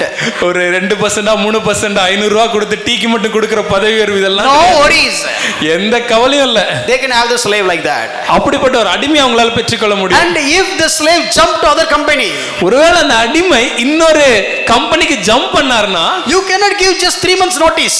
அதுக்கு 3 மாசம் நோட்டீஸ்லாம் கொடுக்க முடியாது. You cannot give some penalty and go. அதுக்கு எது காசு கட்டிட்டுலாம் போகலாம் முடியாது. It is a crime. அது குற்றம். You are on a wanted list. நீங்க தேடப்படும் குற்றவாளி. ஒரு கம்பெனில பேப்பர் போட்டீங்கன்னா wanted listல வந்துருவீங்க நீங்க. When you put a paper in one company you will become a wanted list. That is what the culture. அப்படிதான் அன்றைய நாட்டின் கலாச்சாரம். And they do have all, if you run away, they do have all the rights whatever they can do for that slave. ஒருவேளை நீங்கள் உங்கள் எஜமானை விட்டு ஓடி போற அடிமை ஓடி போயிட்டீங்கன்னா அந்த அடிமை என்னன்னாலும் செய்வதற்கு முழு சுதந்திரமும் அதிகாரமும் அந்த எஜமானுக்கு உண்டு. I read this way. நான் இப்படி வாசிச்சேன். There are fishes called man eaters fishes. ஒரு சில மீன்கள் இருக்கிறது. அது எப்படின்னா மனிதர்களை தின்னும் மீன்கள் போல. மண்புழு சாப்பிடுறதுக்கு பதிலா மனுஷனை சாப்பிடும் அது. Instead of eating the tapeworms they'll eat the human beings. So in that kind of pond or that kind of phenomenon or the water lake whatever it is, if they caught up the runaway slave, they will get him back and one man thrown that slave into that. இப்படிப்பட்ட மீன்கள் மனிதர்களை சாப்பிடும் மீன்கள் இருக்கக்கூடிய ஒரு குளத்துல ஒரு ஓடிப்போன ஒரு அடிமையை அவங்க பிடிச்சாங்கன்னா அந்த அடிமையை இழுத்து அவனை ஒரு மனிதன் அப்படிப்பட்ட குளத்துக்குள்ள அவனை தூக்கி எறிந்து விடுவார்கள். That is what historical record says. அப்படிதான் வரலாற்று ஆசிரியர்கள் எழுதியிருக்கிறார்கள். That is what their culture. இதுதான் அவங்க கலாச்சாரம். Today we are just shouting at the company if they are firing. ஒருவேளை இன்னைக்கு நம்ம வேலையில இருந்து ஒருவர் நம்மளை அனுப்பிச்சிட்டாங்கன்னா நம்ம அந்த கம்பெனியை குறித்து தவறாக நம்ம பேசுகிறோம். But in those days they can literally fire them. ஆனால் அந்நாட்கள்ல உண்மையாக அவங்களை ஃபயர் பண்ணலாம், போட்டு தள்ளிடலாம். Nice translation, thank you. You can fire him but still nobody question you. அவர்களை நீங்கள் கொலை செய்தா கூட ஒருவர் உங்களை கேள்வி கேட்க முடியாது. In that culture Paul was writing this, if you are filled by the Holy Spirit, masters, how you need to behave.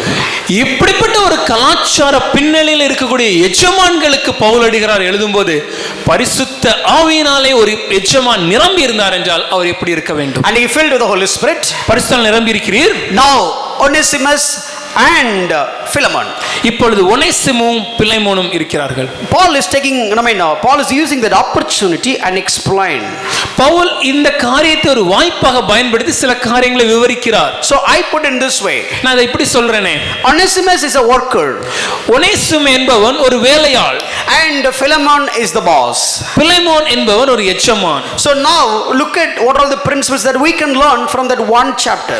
இந்த ஒரு அதிகாரத்திலிருந்து நாம் கற்றுக்கொள்ள வேண்டிய காரியங்கள் என்ன? In Philemon it's a wonderful epistle when it comes to gospel. இந்த பிலேமோன் நிருபத்தை பார்க்கும்போது சுவிசேஷத்தை விவரிக்கிற ஒரு சிறந்த நிருபம் இது. It has a typology. அது ஒரு நிழலாட்டமாக காணப்படும். Philemon is compared with the Father God.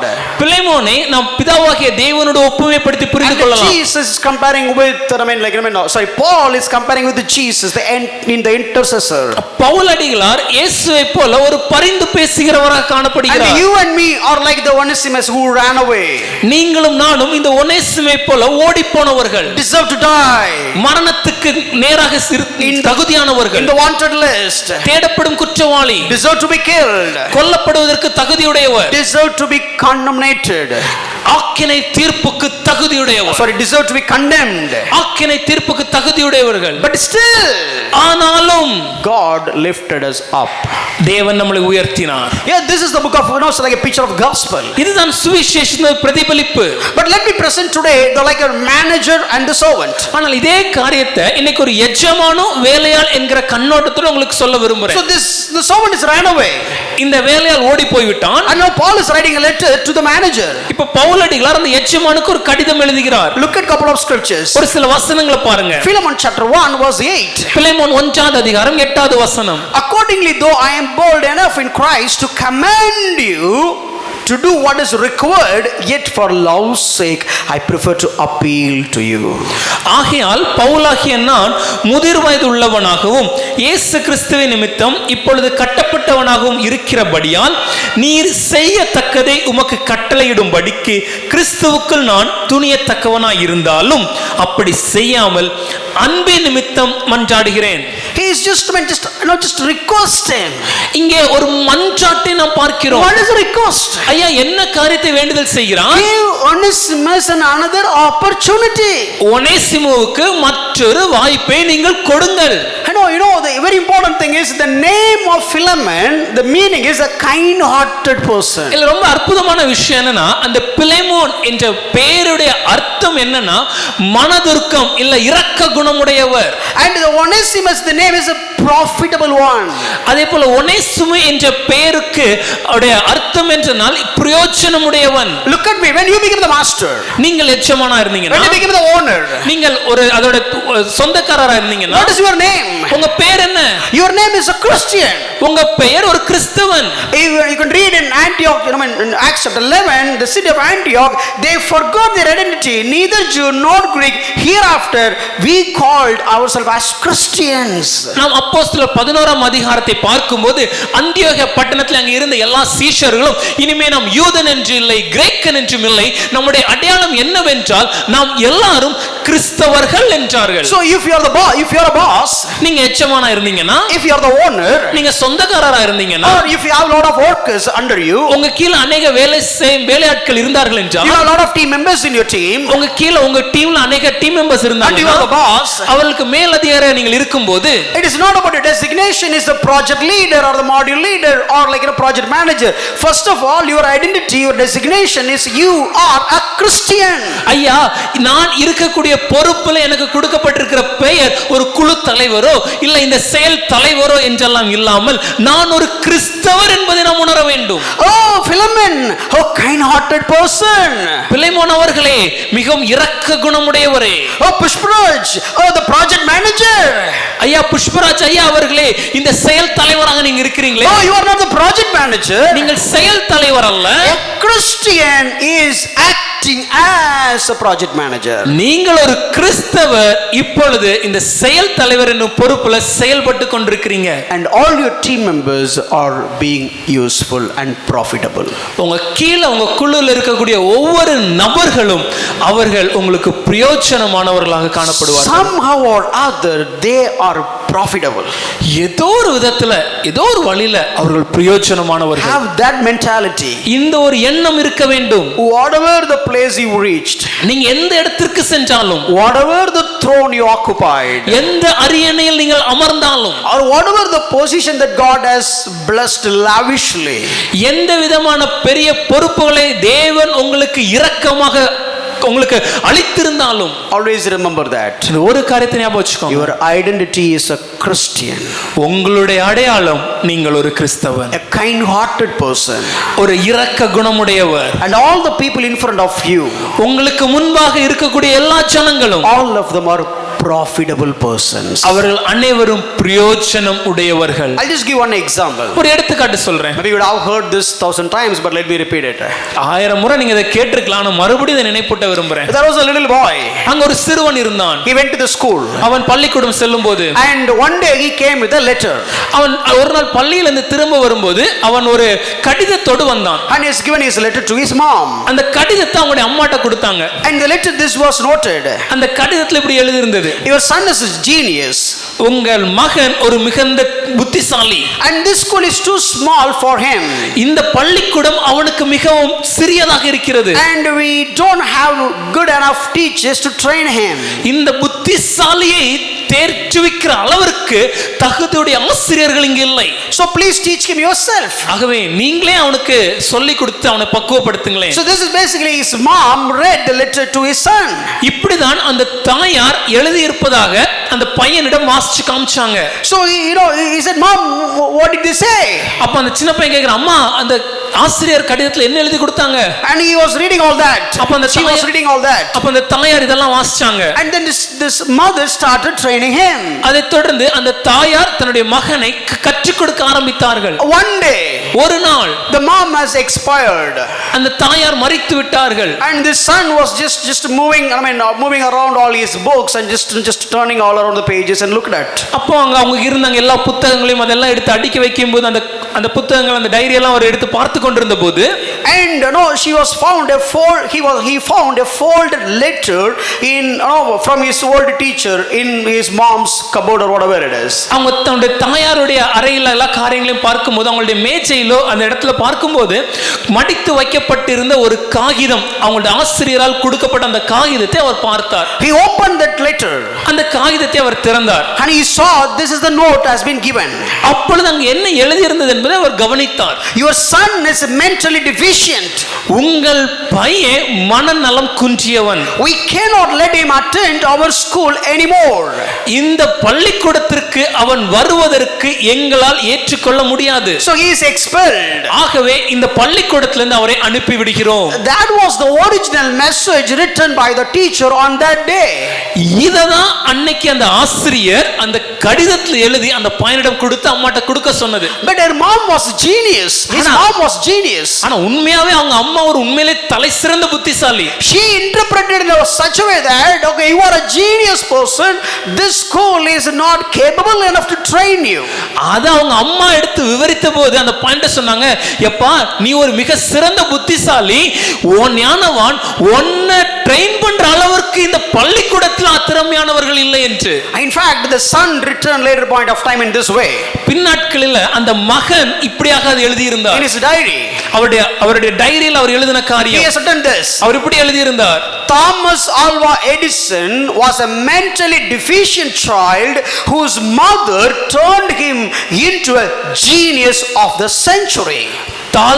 Thomas Alva Edison ஆகிய நான் ஒரு மனநலம் குன்றிய ஒரு மகன், ஆனால் என்னுடைய தாயாரோ என்னை இந்த சரித்திரம் படைத்த ஒரு ஞானவானாக மாற்றிவிட்டார் என்று. Look at the approach. ஐயா அவருடைய மன ஓட்டத்தை பாருங்க. Give everybody as an opportunity. அவனுக்கு ஒரு வாய்ப்பை கொடுத்தார்கள். They may failed. ஒருவேளை அவன் தோற்றிருக்கலாம். The school had not given the opportunity, whereas his mom has given n number of opportunity and trained him as a genius of the century. ஒருவேளை பள்ளிக்கூடம் அவனுக்கு வாய்ப்பை கொடுக்காமல் அவனை நிராகரித்திருக்கலாம், ஆனால் பலமுறை தோற்றாலும் மறுபடியும் அந்த தாயார் அவனுக்கு வாய்ப்பளித்தது நிமித்தமாகவே இந்த சரித்திரத்தில் கடந்த நூற்றாண்டின் தலை சிறந்த ஞானவானை அவர்கள் உருவாக்கினார்கள். If you are a Christian, இவங்க ஒரு கிறிஸ்தவர், if you are Christ like hearted person, நீங்கள் கிறிஸ்தவராக கிறிஸ்துவை போல சிந்தனை கூட இருதயம் கொண்டவராக இருந்தீர்கள் என்றால், don't ever send anybody as useless. யாரையுமே ஐயா நீ பிரயோஜனம் இல்ல ஒண்ணுக்கு உதவாதவன் அனுப்பிச்சிடாதீங்க. As long as you are a kind hearted person, there must be a profitable person. நீங்கள் இரக்க குணம் உடையவர் என்றால் நிச்சயமாகவே உங்களால் பிரயோஜனம் உள்ள ஒருத்தனை கண்டறிய முடியும்.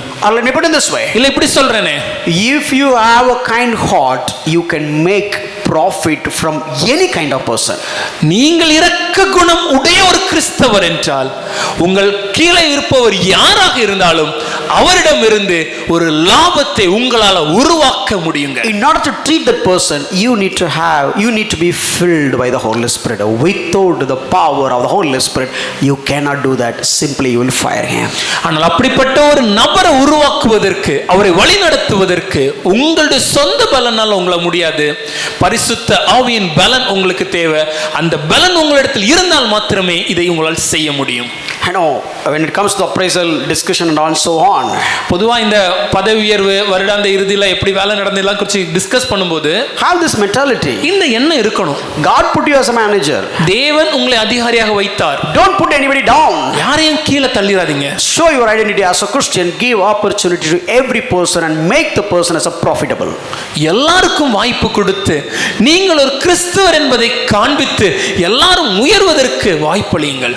For that you need the power of the Holy Spirit. அதை செய்வதற்கு பரிசுத்த ஆவியின் பலன் தேவை. Are you all with me? என்னோட You இருக்கிறீங்களா? got my point, right? சொல்றது புரியுதா? If you need to give, if you have to have such kind of heart even at the worker, how much good heart you need to have towards your children? உங்கள் கீழே வேலை பார்க்கிற ஒரு மனிதரிடமே இப்படிப்பட்ட ஒரு இரக்க குணம் உங்களிடத்தில் இருக்க வேண்டும் என்றால் இன்னும் எவ்வளவு அதிகமாக உங்களுடைய குழந்தையிடம் ஒரு இரக்க குணத்தை நீங்கள் காண்பிக்க வேண்டும். Don't provoke your children. உங்கள் குழந்தைகளை கோபமூட்டாதீர்கள். Train your children. அவர்களை பயிற்சிவியுங்கள். Being filled by the Holy Spirit. பரிசுத்த ஆவியினால் நிறைந்தவராய் பயிற்சிவியுங்கள்.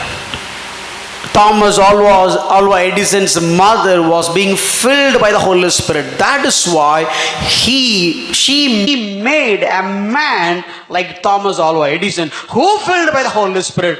That is why he could forgive his employer who has broken the first bulb which has been prepared for the demo, which I have shared last week. Thomas Alva Edison அவர்களின் தாயார் பரிசுத்த ஆவியினாலே நிறைந்தவராய் காணப்பட்டது நிமித்தமாகவே அவர்களால் ஒரு மனநலம் குன்றி இருந்தாலும் தாமஸ் ஆல்வா எடிசன் போன்ற ஒரு ஞானவானை அவர்களால் உருவாக்க முடிந்தது. அதே போல தாமஸ் ஆல்வா எடிசன் அவர்களும் பரிசுத்த ஆவியினாலே நிரம்பினவர்களாய் காணப்பட்டதினாலே மாத்திரமே கடந்த வாரம் நான் உங்கள்ட்ட சொல்லியபடி உலகத்துல உருவாக்கப்பட்ட முதல் பல்பை கூட அவருடைய வேலையால் உடைச்ச போதும் அவரை மன்னிக்க கூடிய குணம் அவரிடத்தில் இருந்தது. Be filled by the Holy Spirit. பரிசுத்த ஆவியினால் நிரம்பி இருங்கள். Don't ask me Thomas Alva Edison's mother speak in tongues or not. ஐயா, தாமஸ் ஆல்வா எடிசனின் தாயார் அந்நிய பாஷையை பேசினாங்களான்னு கேட்காதீங்க. நீங்க இன்னும் வளர வேண்டியிருக்குன்னு அர்த்தம். That means you have to grow more. இன்னும் சிறு பிள்ளையை போலவே இருக்க கூடாது. Don't be like children. That's not my statement. That Paul's statement who written about tongues. அந்நிய பாஷைகளை குறித்து எழுதின பவுலடிகளாரே இதுதான் எழுதி இருக்கிறார். The next one, the second one. இன்னும் இந்த இரண்டாவது காரியம். Look at the life of Philemon and Paul. பிலேமோனுக்கும் பவுலுக்கும் இருந்த வாழ்க்கையை பாருங்கள். Philemon chapter 1 verse 13. பிலேமோன் 1ஆம் அதிகாரம் 13வது வசனம். I would have been glad to keep him with me in order that he might serve me on your behalf during my imprisonment for the gospel. சுவிசேஷ நிமித்தம் கட்டப்பட்டிருக்கிற எனக்கு ஊழியம் செய்யும்படி உமக்கு பதிலாக அவன் என்னிடத்தில் வைத்துக் கொள்ள வேண்டும் என்றிருந்தேன். See, Paul himself testified this guy is useful. பவுலடிகளார் இங்க ஒரு சாட்சியை கொடுக்கிறாருப்பா. ஏப்பா, இந்த ஒனேசிம் ரொம்ப பிரயோஜனம் உள்ளவன். Let me put it this way. Whenever somebody is getting released from your project, இப்படி சொல்லாமே, ஒருவேளை நீங்கள் வேலை பார்க்கிற உங்க குழுவில் இருந்து யாராவது ஒருத்தர் ரிலீஸ், அவங்களுக்கு வேலையில இருந்து விடுப்பு கிடைக்குதுன்னா, maybe got released by February. ஒரு பிப்ரவரி மாதம் அந்த பணியில இருந்து அவங்களுக்கு நீங்க விடுதலை கொடுத்தீங்கன்னா, what kind of rating you will give on the month of March? March மாதம் அப்ரைசல் அவருக்கு என்ன ரேட்டிங் கொடுப்பீங்க? என்ன ரேட்டிங் கொடுப்பீங்க? எதுவுமே தெரியாத மாதிரி D, because he is no more useful for me. அவர் இதுக்கு மேல என் டீம்ல இல்ல, அவரால் எனக்கு எந்த பிரயோஜனமும் இல்ல, ஆகவே அவருக்கு இருக்கிறதுல கடைசி ரேட்டிங்க கொடுத்து அனுப்பிச்சிருவோம். That is also being selfish. அது ஒரு சுயநலமே. In order to secure my position, I am just abiding the rule which is against to the godly nature. என்னுடைய வேலையை தற்காத்துக் கொள்வதற்காக, என்னுடைய பொறுப்பை என்னுடைய துறையில நான் இருக்க வேண்டும் என்பதற்காக தேவன் கொடுத்திருக்கிற நியமத்திற்கு விரோதமாக நான் செயல்படுகிறேன். இப்படி சொல்லுவீங்களா? சார், எனக்கு வேணா டி போட்டுடுங்க சார், அவன் நல்ல வேலை பார்த்தான், அவன் வெளியே போயிட்டான், அவனுக்கு பி போட்டுருங்க சார், சொல்லுவீங்களா sir? Will we say like this? Even if you want to put D and to me, that's okay, but he is a good employee, he did his work well and he deserved it, so let us give B unto him. Will we have a heart to say that? When I say this, all sisters looking at her, no, that's what I will do. And obviously you know what you will do. ஒருவேளை நீங்க யோசிக்கலாம், நாம என்ன செஞ்சிருப்போம்னு. உண்மையாவே உங்களுக்கு தெரியும் நீங்க என்ன செய்வீங்கன்னு. See, look at Paul. பவுல பாருங்க. Paul is recommending. பவுல் இங்க ஒரு சிபாரிசு செய்கிறார். Recommending Onesimus in the greatest ever way. அந்த பவுல் சிபாரிசு பார்க்கும்போது ஒனேசிமுக்கு அவர் கொடுத்த சிபாரிசு மிக சிறந்த ஒரு சிபாரிசு கடிதம். Hey Philemon, you know me. பிலமோனே, நீ உனக்கு என்ன பத்தி தெரியும். I say something, you should obey. நான் ஏதாவது சொன்னேன்னா நீங்க கீழ்ப்படிவீங்கல்ல. Because no, you know I am kind of a spiritual father. No, even the Colossae church and all these places. ஏன்னா நான் உமக்கு இந்த கொலோசை சபை விடுபட்ட இடங்களுக்கு நான் ஒரு ஆவிக்குரிய தகப்பனாகவே இருக்கிறேன். You know who I am. நான் யாருன்னு உங்களுக்கு தெரியும். If you don't take Onesimus, I am ready to keep with me. நீங்க ஒருவேளை ஒனேசிமோ எடுக்க தயாரா இல்லைன்னா நான் என் கூட அவனை வச்சுக்க தயாரா இருக்கிறேன். All the worldly people wanted to kill the runaway slave, but let me tell you, I will keep him in my imprisonment so that he is very helpful for me. ஒருவேளை இந்த உலகத்துல இருக்கிற எல்லாரும் ஓடி போன அந்த அடிமையை கொலை செய்ய துணிந்தாலும் நான் அந்த அடிமையை என்னோடு சிறையில வைத்து இங்கே என்னோடு வைத்துக்கொள்ள நான் தயாரா இருக்கிறேன். ஏன்னா அவன் எனக்கு மிகுந்த பிரயோஜனம் உள்ளவன். Very simple. ரொம்ப எளிதா சொல்லணும்னா Paul is telling to Philemon. Pavul பிலேமோனிடம் சொல்கிற காரியம், Philemon, you consider him as a runaway slave. I consider him a useful person. பிலேமோனே, நீர் அவனை பார்க்கும்போது ஓடிப்போன ஒரு அடிமையாக பார்க்கிறீர், ஆனால் நான் ஒனேசிமோவை பார்க்கும்போது எனக்கு பிரயோஜனமுள்ள ஒரு ஊழியக்காரனாக பார்க்கிறேன். See, let me put it in this way. Whenever you are going for apartment, how do you treat your security? பொதுவா எப்படி சொல்லலாமே, நீங்க ஒருவேளை ஒரு அபார்ட்மெண்ட் போறீங்க, அங்க இருக்கக்கூடிய அந்த காவல் செய்வதற்காக இருக்கக்கூடிய அந்த செக்யூரிட்டி அண்ணாவை நீங்க எப்படி ட்ரீட் பண்றீங்க? Not like a professional security who can salute and who can speak in English. ரொம்ப ப்ரொஃபஷனல் மாதிரி அப்படி சல்யூட் அடிச்சு இங்கிலீஷ்ல பேசுற அவரை குறித்து சொல்ல. A old man with a dirty uniform which has never been washed. ஒரு வயதான ஒரு முதியவர் ஒரு பழைய ஒரு யூனிஃபார்ம் போட்டுக்கிட்டு அந்த நிப்பார்ல தூக்கியாத ஒரு யூனிஃபார்ம் போட்டு நிப்பார்ல அவரை பார்க்கும்போது how do you treat? எப்படி நினைக்க இப்படி சொல்றேனே. So that the security is nearby. அந்த செக்யூரிட்டி பக்கத்துல இருக்கிறாரு. And the owner of the flat has also come. அந்த பிளாட்டோட ஓனர் இப்ப வராரு. Whom you will wish first? முதல்ல யாருக்கு விஷ் பண்ணுவீங்க? To whom you will eat? To the person to whom you will smile? முதல்ல ஈன்னு யாரு பல் காமிச்சு நீங்க சிரிப்பீங்க? You know whom you will do. உங்களுக்கு தெரியும் நீங்க யாருக்கு செய்வீங்க. You will not treat this little dirty unwashed old man. இங்க வயதான முதிர்ந்த அந்த தோய்க்காத அந்த துணியோடு நிற்கிற இந்த முதியவரை நம்ம கண்டுக்கவே மாட்டோம். This guy is like maybe studied and very posh look and so on. So sir, how are you? ஒருவேளை அந்த ஓனரை பார்க்கும்போது நல்லா படிச்சவரா இருக்கலாம், பார்ப்பதற்கு ஒரு சாமர்த்தியவனாக போல ஒரு பெரியவர் போல காணப்படணும் இல்லாம ஐயா நீங்க எப்படி இருக்கீங்கன்னு கேட்போம். So in that apartment while we were staying there was a thief came to your house. இப்போ அந்த அபார்ட்மெண்ட் நீங்க தங்கி இருக்கிற அன்னைக்கு ஒரு திருடன் உங்க வீட்டுக்கு வந்துட்டான்னா இப்ப யார் வருவா உங்க கிட்ட காப்பாத்துறதுக்கு? Who will come to save you? With whom you will just laugh. Sir, how are you sir? அவர் வருவாரா? Whom you are smiling, whom you are saluting, that the owner come. Sir, call the emergency sir. ஐயா அந்த அவசர அந்த நம்பருக்கு நீங்க தொடர்பு கொள்ளுங்கள். But the old dirty watchman will come to protect you, even ready to die to save your life, because that is what his role. ஆனால் அந்த வயதான முதிர்ந்த அந்த கிழிந்த இல்ல பழைய துணிகளை உடுத்திருக்கிற அந்த செக்யூரிட்டி அண்ணா உங்களை காப்பாற்றுவதற்காக வருவார். இன்னும் தேவைப்பட்டா தான் உயிரையும் கொடுத்து உங்களை காப்பாற்ற துணிவார். ஏன்னா அது அவருடைய கடமை. Jesus went to Simon's house. இயேசு சீமோன் வீட்டுக்கு சென்றார். Very rich man. அவன் மிக சிறந்த ஐஸ்வர்யவான். It's a big buffet. மிகப்பெரிய விருந்து. And no, it's for Jesus. இயேசுவுக்கு ஒரு விருந்து. Buffet for Jesus. இயேசுவுக்கு ஒரு சிறந்த ஒரு விருந்து. And Jesus, while Jesus was eating, இயேசு அங்க உணவு அருந்தும்போது and there was no immoral lady came in. அங்க ஒரு விபச்சார ஸ்திரீ வராங்க. And she was just come to his feet and done all that. You know that the anointing and everything. அவர்கள் இயேசுவின் பாதத்தருகே வந்து அந்த பரிமள தைலத்தை உயர்த்தி அவள் அபிஷேகம் செய்த காரியத்தை நாம் அறிந்திருக்கிறோம். In front of a Simon, a rich man. சீமோன் ஆகிய அந்த பணக்காரனுக்கு முன்பாக a reputed man. அந்த இடத்துல எல்லாருக்கும் மேல் ஒரு நன்மதிப்பை பெற்றவருக்கு முன்பாக it's like recognized by all these people. அங்க இருக்கிற எல்லா ஜனங்களாலும் அறியப்பட்டவருக்கு முன்பாக and there was a lady who was insulted by everybody. அங்க இருக்கிற எல்லாராலும் அவமானப்படுத்தப்பட்ட ஒரு பெண்மணி. he is like the greatest and she is like the least. அந்த சீமோன் ஒரு மிக சிறந்தவனாக இருந்தால் இந்த பெண்மணி ஒரு மிக சிறியவராக இருக்கிறார். Jesus spoke much about not Simon but about that lady. இயேசு அந்த சீமோனை குறித்து அதிகம் பேசவில்லை, அந்த ஸ்திரீயை குறித்து அதிகமாக பேசினார். So look at his perspective. இயேசுவுடைய அந்த பார்வையை பாருங்கள். So he is focused on the least. அவர் சிறியவன் மேல் கண்ணோக்கமாய் இருந்தார். But look at our nature. ஆனா நம்முடைய குணாதிசயம் என்ன? We don't see inside but we do see outside as if all the other people. ஜனங்களுடைய இருதயம் எப்படி இருக்கிறது என்பதை நாம் பாராமல், வெள்ளான மனிதனை பாராமல் வெளியரங்கமாக அவர்கள் எப்படி தோற்றமளிக்கிறார்கள் என்பதே எல்லாரும் பார்க்கிற மாதிரி தான் நம்ம பார்வையும் இருக்கு. Even while in our appraisal, they'll have one category called attire. நம்ம Not appraisal in the interview.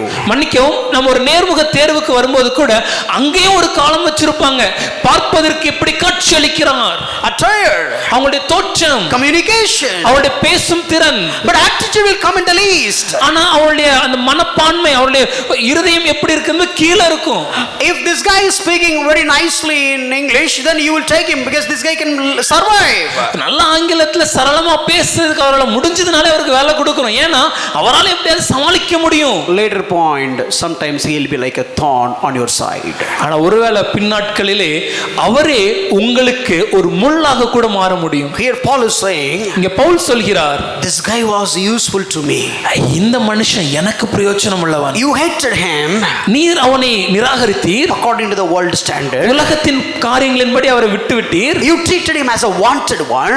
உலகத்தின் காரியங்களின்படி அவனை தேடப்படும் குற்றவாளியாக பார்க்கிறீர். You wanted to punish him. அவரை நீர் தண்டிக்க வேண்டும் என்று நினைக்கிறீர். He might have betrayed you. I don't understand. அவர் உம்மை ஏமாத்தி இருக்கலாம், ஓடி போயிருக்கலாம், எனக்கு புரியுது. He is a runaway thief and slave. அவன் ஓடி போன ஒரு திருடனா இல்ல ஓடி போன ஒரு அடிமையா தான் இருக்கலாம். But now ஆனா இப்பொழுதோ he is a helper of an apostle. ஒரு அப்போஸ்தலனுக்காக எனக்கு அவன் பிரயோஜனம் உள்ளவனாக இருக்கிறான். How do you see him? எப்படி நீங்க பாக்குறீங்க? My dear friends, எனக்கு அன்பானவர்களே, when you became a manager, ஒரு எஜமானாக நான் மாறும்போது, when you became the owner, ஒரு சொந்தக்காரராக மாறும்போது, anybody யாரா இருந்தாலும் have the mentality, still they will be useful. எப்பொழுதுமே நமக்கு இருக்க வேண்டிய ஒரு மனப்பான்மை என்னன்னா, இவர்கள் இன்னும் பிரயோஜனம் உள்ளவர்களாக இருப்பார்கள். Above all, எல்லாவற்றுக்கும் மேலாக very important thing, ரொம்ப முக்கியமான விஷயம், Philemon chapter 1 verse 16. Philemon 1:16 He வசனம். said, no longer as a bond servant, but more than a bond servant, as a beloved brother. எனக்கு அவன் பிரியமான சகோதரனானால், அவன் ஒரு வேலைக்காரன் சொல்ல சகோதரனானால், And beloved brother, especially to me. அவன் எனக்கு பிரியமான சகோதரன். He is not a running away slave.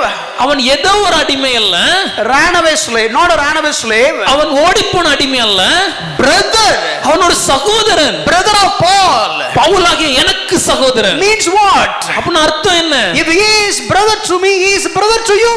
அவர் எனக்கு சகோதரன்னா, பிலமோனே அவர் உமக்கும் சகோதரன்.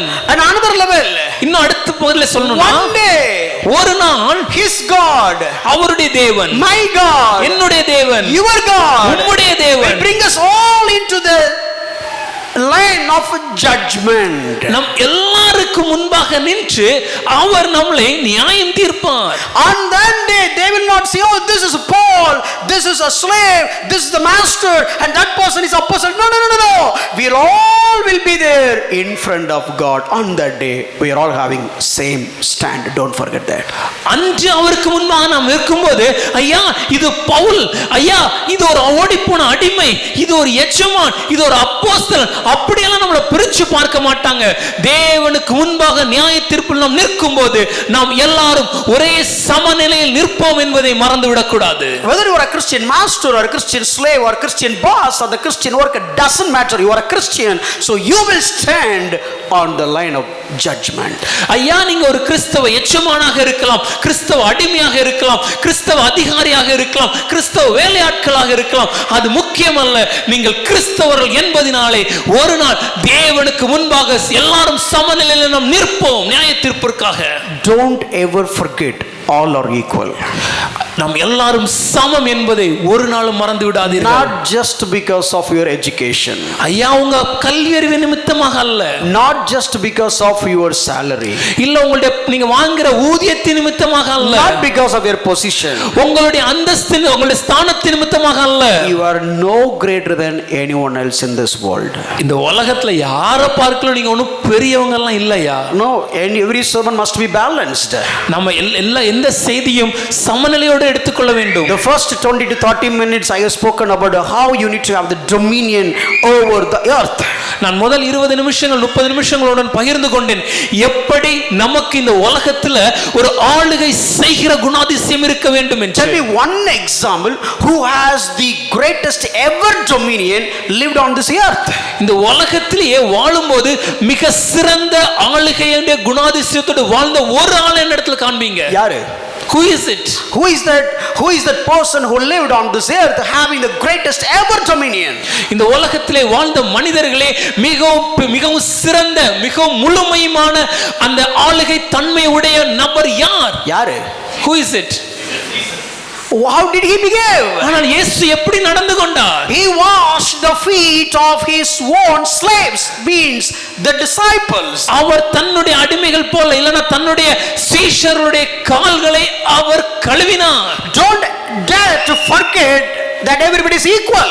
ஐயா எல்லாரும் சமம் என்பதை ஒரு நாளும் மறந்து விடாதீர்கள். No, of course the positions are different, but the love of God is measured equally everybody. Yes. ஸ்தானங்கள் மாறினாலும் தேவனுடைய அன்பு ஒவ்வொரு மனிதர் மேலும் சரிசமமாக காணப்படுகிறது. Let me tell you the secret. நான் ஒரு ரகசியத்தை சொல்கிறேன். If you understand these two doctrines, இந்த ரெண்டு காரியங்களை சத்தியங்களை நீங்கள் புரிந்து கொண்டால், have dominion mentality, ஐயா ஆளுகை செய்யக்கூடிய குணாதிசயம், have a Christian mentality, கிறிஸ்தவனாக வாழக்கூடிய குணாதிசயம், nothing will stop the flow of riches and the flow and the fame, the name and the fame will flow just like that because God knows who you are. உங்களுக்கு கிடைக்கக்கூடிய ஆசீர்வாதங்களை ஒருவராலும் தடுக்க முடியாது. பெயரும் புகழும் உங்களை பின்தொடர்ந்து வரும். ஏனென்றால் தேவனுக்கு முன்பாக நீங்கள் யார் என்பதை தேவனே அறிவார். தேவனுக்கு தெரியும். God knows it. அவனுக்கு டொமினியனும் புரிஞ்சிடுச்சு. He knows the dominion. Identity புரிஞ்சிடுச்சு. He knows his identity. Whatever comes in his way, அவனுக்கு முன்பாக எது வந்தாலும் that will not disturb him. அது அவனை அசைப்பதில்லை. Whether money, பணமா இருந்தாலும் சரி, or the name, பெயரா இருந்தாலும் சரி, or the fame, நன்மதிப்பாக இருந்தாலும் சரி, many focus lights, இல்ல எல்லாருடைய வெளிச்ச கண்களும் பாய்ச்சப்பட்டாலும் many சரி, stages, அநேக அரங்குகள், oh the podium, pulpit, auditorium, nothing will change his way of thinking and his heart because I know he knows the dominion and he knows the way he has to live with the identity of Christianity. அநேக மேடைகள் வந்தாலும் அநேக அரங்குகள் வந்தாலும் அவன் ஒரு நாளும் மாறப்போவதில்லை. ஏனென்றால் அவன் தான் யார் என்பதை அறிந்து கொண்டான். ஒரு கிறிஸ்தவனாக வாழ வேண்டும் என்ற ஒரு குணாதிசயம் அவனுக்குள் இருக்கிறது என்பதனாலே. Galatians chapter 3 verse 28. கலாத்தியர் 3ஆம் அதிகாரம் 28வது வசனம். There is no neither slave nor Jew, nor boss. அடிமை என்றும் இல்லை, சுயாதீனம் என்றும் இல்லை. No free, no slave, no Jew, no Greek, no male, no female, nothing. All are equal when it comes to the covenant. அடிமை என்றும் இல்லை, சுயாதீனம் என்றும் இல்லை, ஏழை என்றும் இல்லை, பணக்காரர் என்றும் இல்லை, யூதன் என்றும் இல்லை, கிரேக்கன் என்றும் இல்லை, எஜமான் என்றும் இல்லை, எல்லாருமே அந்த உடன்படிக்கையின்படி நாம் சமமானவர்கள். So the first one I said, முதலாவது நான் சொன்னேன், being kind hearted person give opportunity. ஒரு இரக்க குணம் உடையவராக மற்றவர்களுக்கு வாய்ப்பளிக்க வேண்டும். And the second one, இரண்டாவது, don't judge anyone as useless. You will never know, but everybody is useful some way or other. Identify that area of usefulness. யாரையுமே பிரயோஜனம் இல்லாதவங்கன்னு சொல்லி நிராகரிக்காதீங்க. உங்களுக்கு தெரியாது அவர்களுக்குள்ள இருக்கக்கூடிய காரியம் லாபம் என்னென்று, அவர்களுக்குள்ள என்ன பிரயோஜனமானது இருக்கிறது என்பதை கண்டறியுங்கள். And the third one, மூன்றாவது, don't ever forget that you will have judgment one day.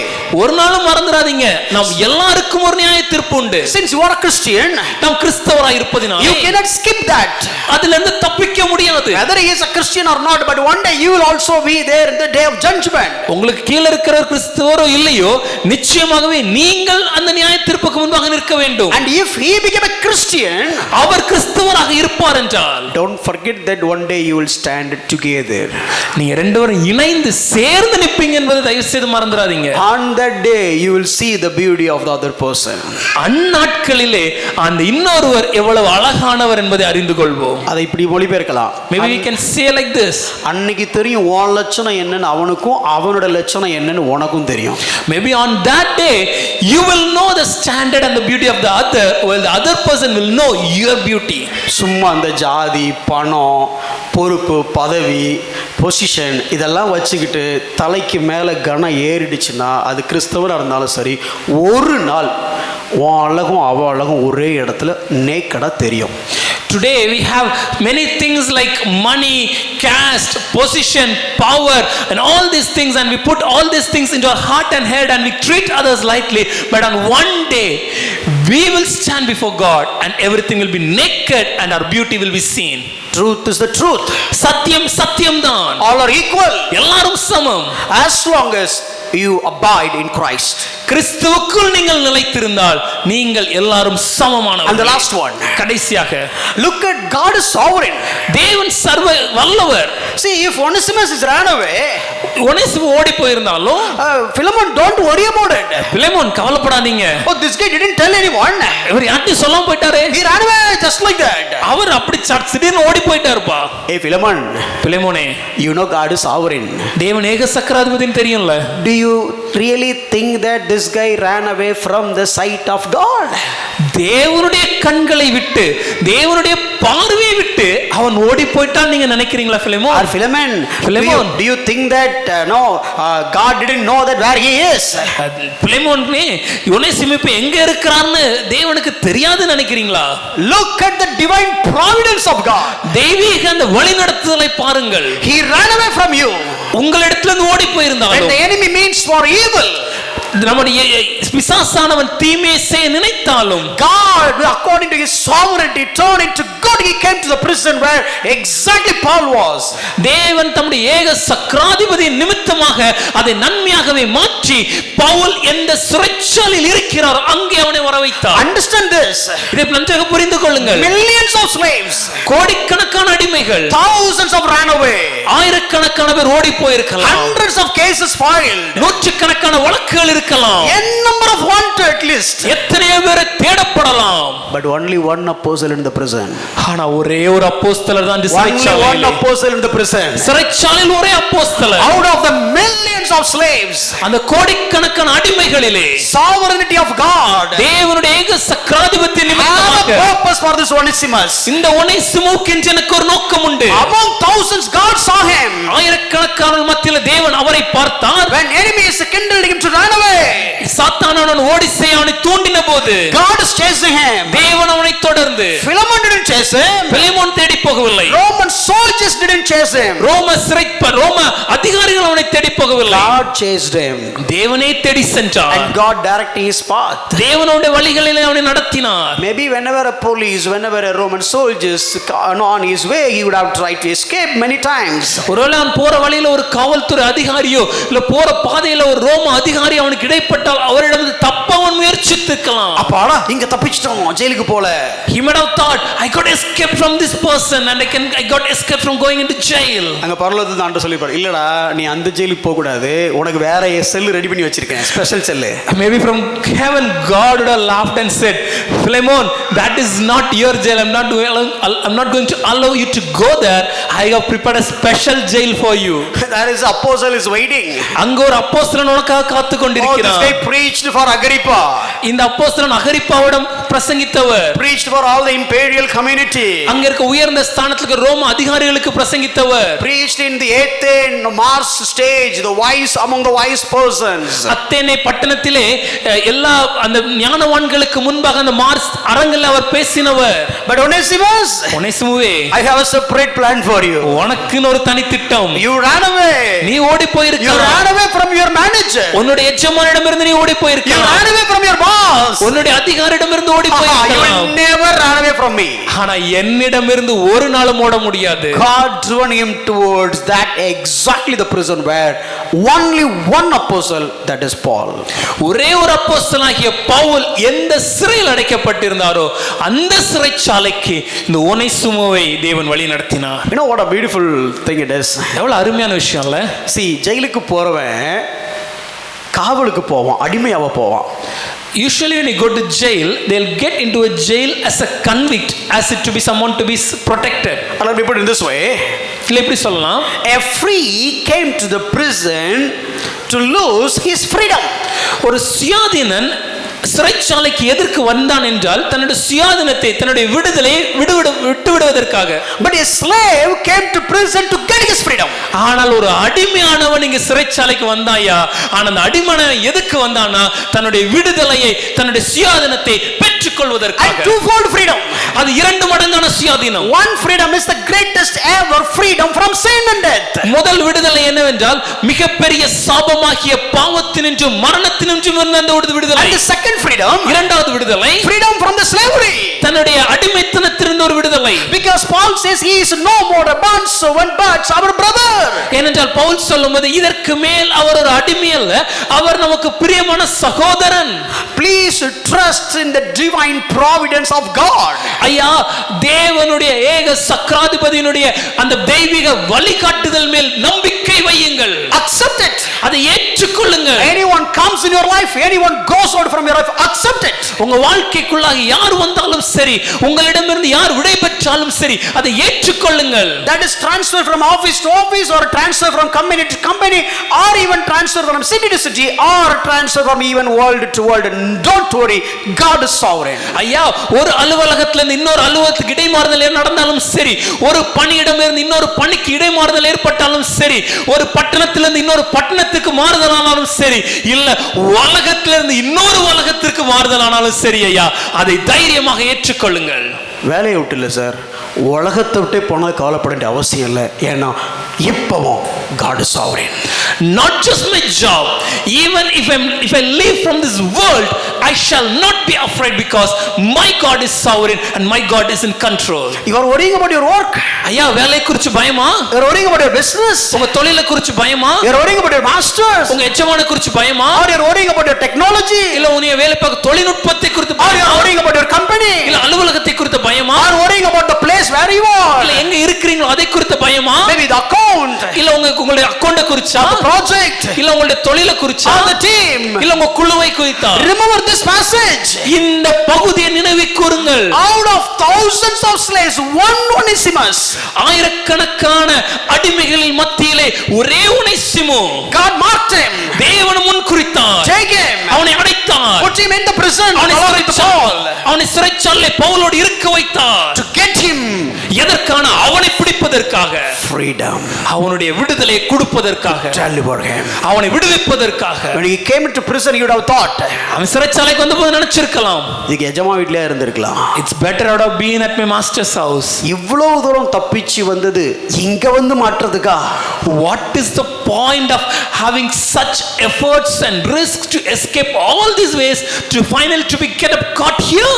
Sometimes we'll think, பலர் நம்ம யோசிக்கிறோம், oh, I skipped all the companies இந்த எல்லா கம்பெனில இருந்து நான் தப்புனேன், and finally caught up here. Wow.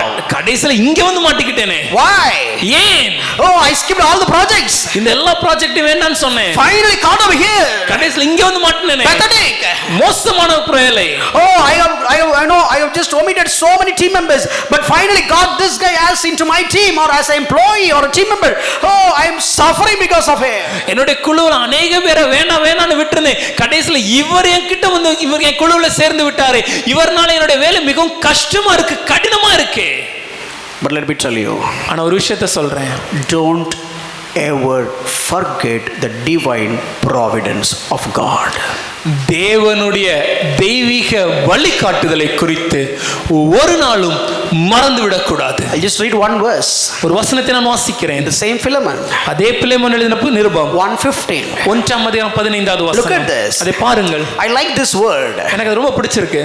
This perhaps என்னென்னைக்கும் உடையவனாய் இருக்கும் படிக்கும் இனி அவன் அடிமையானவன் அல்ல, அடிமையானவனுக்கு மேலானவனாகவும் பிரியமுள்ள சகோதரனாய் இருக்கும் படிக்கும் கொஞ்ச காலம் விட்டு பிரிந்து போனானாக்கும். அப்படின்னா அவன் ஏன் பிரிந்து போனான் தெரியுமா? சும்மா பிரிந்து போகல, இப்படி ஒரு இடத்துக்கு வருவதற்காக பிரிந்து போனான். நம்பிப்பாரு, நினைச்சுப்பாரு, எவ்வளவு பெரிய விஷயம் அது. Do you know the reason why Onesimus run away from you? For him to come unto such a place as this, that is why Onesimus run from you. you understand this point, and then you will taste how wonderful the sovereign hand is. Very simple explanation. ரொம்ப எளிதா சொல்லணும்னா, If Onesimus has not escaped from you, ஒனேசிமு ஒருவேளை உம்மிடத்தில் தப்பி போகவில்லை if என்றால், Onesimus had not ran away from you, உம்மிடமிருந்து ஒனேசிமு தப்பவில்லை என்றால், he would have ended up in hell. He would have ended up in hell. அவர் கடைசில பாதாளத்துல போய் முடிந்திருக்கணும். Perhaps, ஒருவேளை, suppose, ஒருவேளை God wanted to pull him into his kingdom. தேவன் ஒனேசிமை தன்னுடைய ராஜ்யத்திற்குள்ளாக அழைக்க விரும்பி So இருந்தால், God allowed him to escape. தேவன் தப்பிப்பதற்கு அவருக்கு அனுமதி அளித்திருந்து, God allowed him to run away.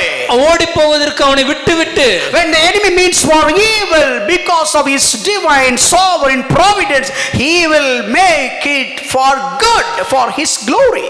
எதிரியானவன் தீமையை செய்ய நினைத்தாலும் தேவன் தம்முடைய ஏக சக்ராதிபதியத்தின் நிமித்தமாக அதை நன்மையாகவே செய்து முடிப்பார், அவருடைய நாமத்தின் மகிமைக்காக. Don't worry about your work. ஐயா, வேலை குறித்து பயப்படாதீங்க. Don't worry about your project. உங்க குழுவை குறித்து பயப்படாதீங்க. Don't worry about technology. உங்க தொழில்நுட்பத்தை குறித்து கவலைப்படாதீங்க. Don't worry about your team. உங்க குழு மெம்பர்ஸ் குறித்து கவலைப்படாதீங்க. Don't worry about the place of work. நீங்க எந்த இடத்துல வேலை பார்க்கறீங்களோ அதை குறித்து Don't கவலைப்படாதீங்க. worry about your boss. உங்க எஜமான குறித்து கவலைப்படாதீங்க. Don't worry about your client. உங்க கிளையண்ட குறித்து கவலைப்படாதீங்க. Don't worry about your vendors. உங்களுடைய வெண்டர்ஸ் குறித்து கவலைப்படாதீங்க. Always remember, even now his divine hand is on control. எப்பொழுதுமே ஞாபகம் வச்சுக்கோங்க, எந்த சூழ்நிலையிலும் இந்த சூழ்நிலையிலும் தேவனுடைய தெய்வீக கரம், அது கரத்தில், அவருடைய கரத்தில் தான் எல்லாம் இருக்கிறது. That's what Paul has written to Philemon. Pavul என்ன எழுதினார் பிலேமோனுக்கு? Philemon, பிலேமோனே, think. கொஞ்சம் யோசிச்சு பாருங்க. No, because of this, இது நிமித்தமாக there is one more soul இன்னொரு ஆத்துமா in the kingdom of God. தேவனுடைய ராஜ்யத்திலே. Oh, I know he is a kind of slave, எனக்கு தெரியும் அவன் ஒரு அடிமைதான். but nobody can not deliver him from this slavery of sin and death. ஆனால் இந்த பாவத்தினின்றும் மரணத்தினின்றும் இந்த ஆக்கினையிலிருந்து அவனை யாராலும் விடுவிக்க முடியாது. Oh, God is using this as a greatest ever opportunity to bring him into his kingdom. தேவன் இந்த ஒரு வாய்ப்பை, இந்த காரியத்தை ஒரு வாய்ப்பாக பயன்படுத்தி தன்னுடைய ராஜ்யத்திற்கு அவனை அழைத்துக் கொள்வதற்காக அவர் வேலை செய்து கொண்டிருக்கிறார். God brought you in this place. தேவன் உங்களை இந்த இடத்திற்கு அழைத்து வந்தார். God brought all these teams into your plate. தேவன் இந்த எல்லா குழுக்கள் மத்தியில் உங்களை வேலை செய்ய வைத்தார். And God put you in this team. தேவன் தான் இந்த குழுவில் உங்களை வேலை செய்ய வைத்தார். And why God has done all that? இந்த காரியங்கள் எல்லாம் தேவன் ஏன் செய்தார்? Remember just one thing. ஒரு காரியத்தை ஞாபகம் வச்சுக்கோங்க. God has a purpose and he is operating by using his sovereign hand. I need to understand the dominion, understand the Christian values. That's it. தேவனுக்கு உங்க மேல ஒரு நோக்கம் உண்டு. தேவன் தம்முடைய ஏக சக்ராதிபதியின் கரத்தின் நிமித்தமாக செயல்பட்டு கொண்டிருக்கிறார். நாம் யார் என்பதையும், நம்முடைய அடையாளம் என்ன என்பதையும், நமக்கு இருக்க வேண்டிய அந்த ஆளுகை செய்யக்கூடிய மனப்பக்குவத்தை நாம் புரிந்து கொள்ள வேண்டும். அதன் வைத்து நாம் செயல்பட வேண்டும். One last illustration and close. கடைசியாக ஒரு எடுத்துக்காட்டை சொல்லி முடிக்கிறேன். Show your Christian values at any point of time in your workplace by filling the Spirit of God. எந்த சூழ்நிலை வந்தாலும் சரி, நம்ம வேலை பார்க்கிற இடத்துல பரிசுத்த ஆவியானவரால் நிரம்பி நம் கிறிஸ்தவ குணாதிசயத்தை வெளிக்காட்டுகிறவர்களாக இருக்க வேண்டும். Trust in him. அவர் மேல நம்பிக்கை வைங்க. Trust in his sovereign hand. அவருடைய ஏக சக்ராதிபதிய குணாதிசயத்தின் மேல நம்பிக்கை வைங்க. So I told this story already, but I'll just repeat it, or maybe for the first time, if you heard it, you will enjoy it. இந்த ஒரு உதாரணத்தை நான் ஏற்கனவே உங்களுடன் பகிர்ந்து கொண்டேன். ஒருவேளை முதல் முறை நீங்க கேட்டீங்கன்னா நிச்சயமா இது உங்களுக்கு பிரயோஜனமா இருக்கும். So you all know about the secretary of Abraham Lincoln. Abraham Lincoln, அமெரிக்க ஜனாதிபதி, அவர்களுடைய செக்ரட்டரி அவர்களை நீங்கள் அறிந்திருக்கிறீர்கள். Edward Stanton. அவர் பேர் Edward Stanton. So this guy has always had the enmity or jealous over Abraham Lincoln. இந்த எட்வர்ட் ஸ்டாண்டனுக்கு எப்பொழுதுமே ஆபிரகாம் லிங்கன் மீது ஒரு பொறாமை உண்டு. Because of a lot of reasons. அநேக காரணங்கள். I think both of them from opposite parties. இந்த ரெண்டு பேருமே எதிரெதிர் அணிகளை சேர்ந்தவர் நான் நினைக்கிறேன். And this guy was black and this guy was white. இந்த மனிதர் கருப்பினத்தை சேர்ந்தவர், இந்த மனிதர் வெள்ளை இனத்தை சேர்ந்தவர். And Stanton was a kind of educated man, whereas Abraham Lincoln is completely different. Stanton என்பவர் நன்கு கற்று தேர்ந்த ஒரு கல்வி அறிவுடையவர். ஆனால் ஆபிரகாம் லிங்கனோ அது வேறு மாதிரி இருந்தவர். And Stanton came from a very professional family background, but whereas Abraham Lincoln is completely different different kind of family. Stanton என்பவர் நல்ல பொருளாதார பின்னணியத்தை கொண்ட ஒரு குடும்பத்திலிருந்து வளர்ந்தவர். ஆபிரகாம் லிங்கனோ அப்படியெல்லாம் இல்ல. But this guy became the president.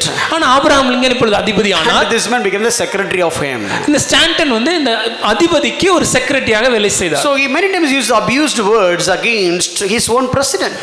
பல நேரங்களில் நாட்டின் ஜனாதிபதிக்கு நாட்டின் அதிபதிக்கே விரோதமாக இவர் பல தவறான காரியங்களை பேசினார். Now called him, on his back he is using very wrong words. அவருடைய முதுகுக்கு பின்பாக பல தவறான காரியங்களை இவர் பேசி இருந்தார். One time he called the president as a gorilla. ஒருமுறை அதிபதியாகிய லிங்கனை அவர் மனுஷ குரங்குன்னு அவர் கூப்பிட்டாரு. எங்கனாலும் போட்டு கொடுக்கறதுக்கு ரெண்டு பேர் இருப்பான் தெரியல. In every place there will be couple of people who will go behind our back and gossip whatever it has happened. இந்த ரூம்ல கேட்டுட்டு அவனுக்கு சும்மாவே இருக்க முடியாது. உடனே அடுத்த ரூம்ல சொன்னாதான் அவனுக்கு பசிக்கும். He'll get everything from here and he cannot stay silent. He'll immediately go to the next room and vomit whatever he gets, then only he'll be happy. Okay. They went and told. அவங்க போய் அப்படி போய் சொல்லிட்டாங்க. So what is the response of Abraham Lincoln? அதுக்கு Abraham லிங்கனுடைய பதில் என்ன தெரியுமா? Fire him. அவர் உடனே வேலையை விட்டு துரத்திடுவோம். Not from the job. வேலையில இருந்து இல்ல. Gone. உலகத்தை விட்டு துரத்திடலாம். President of United States of America.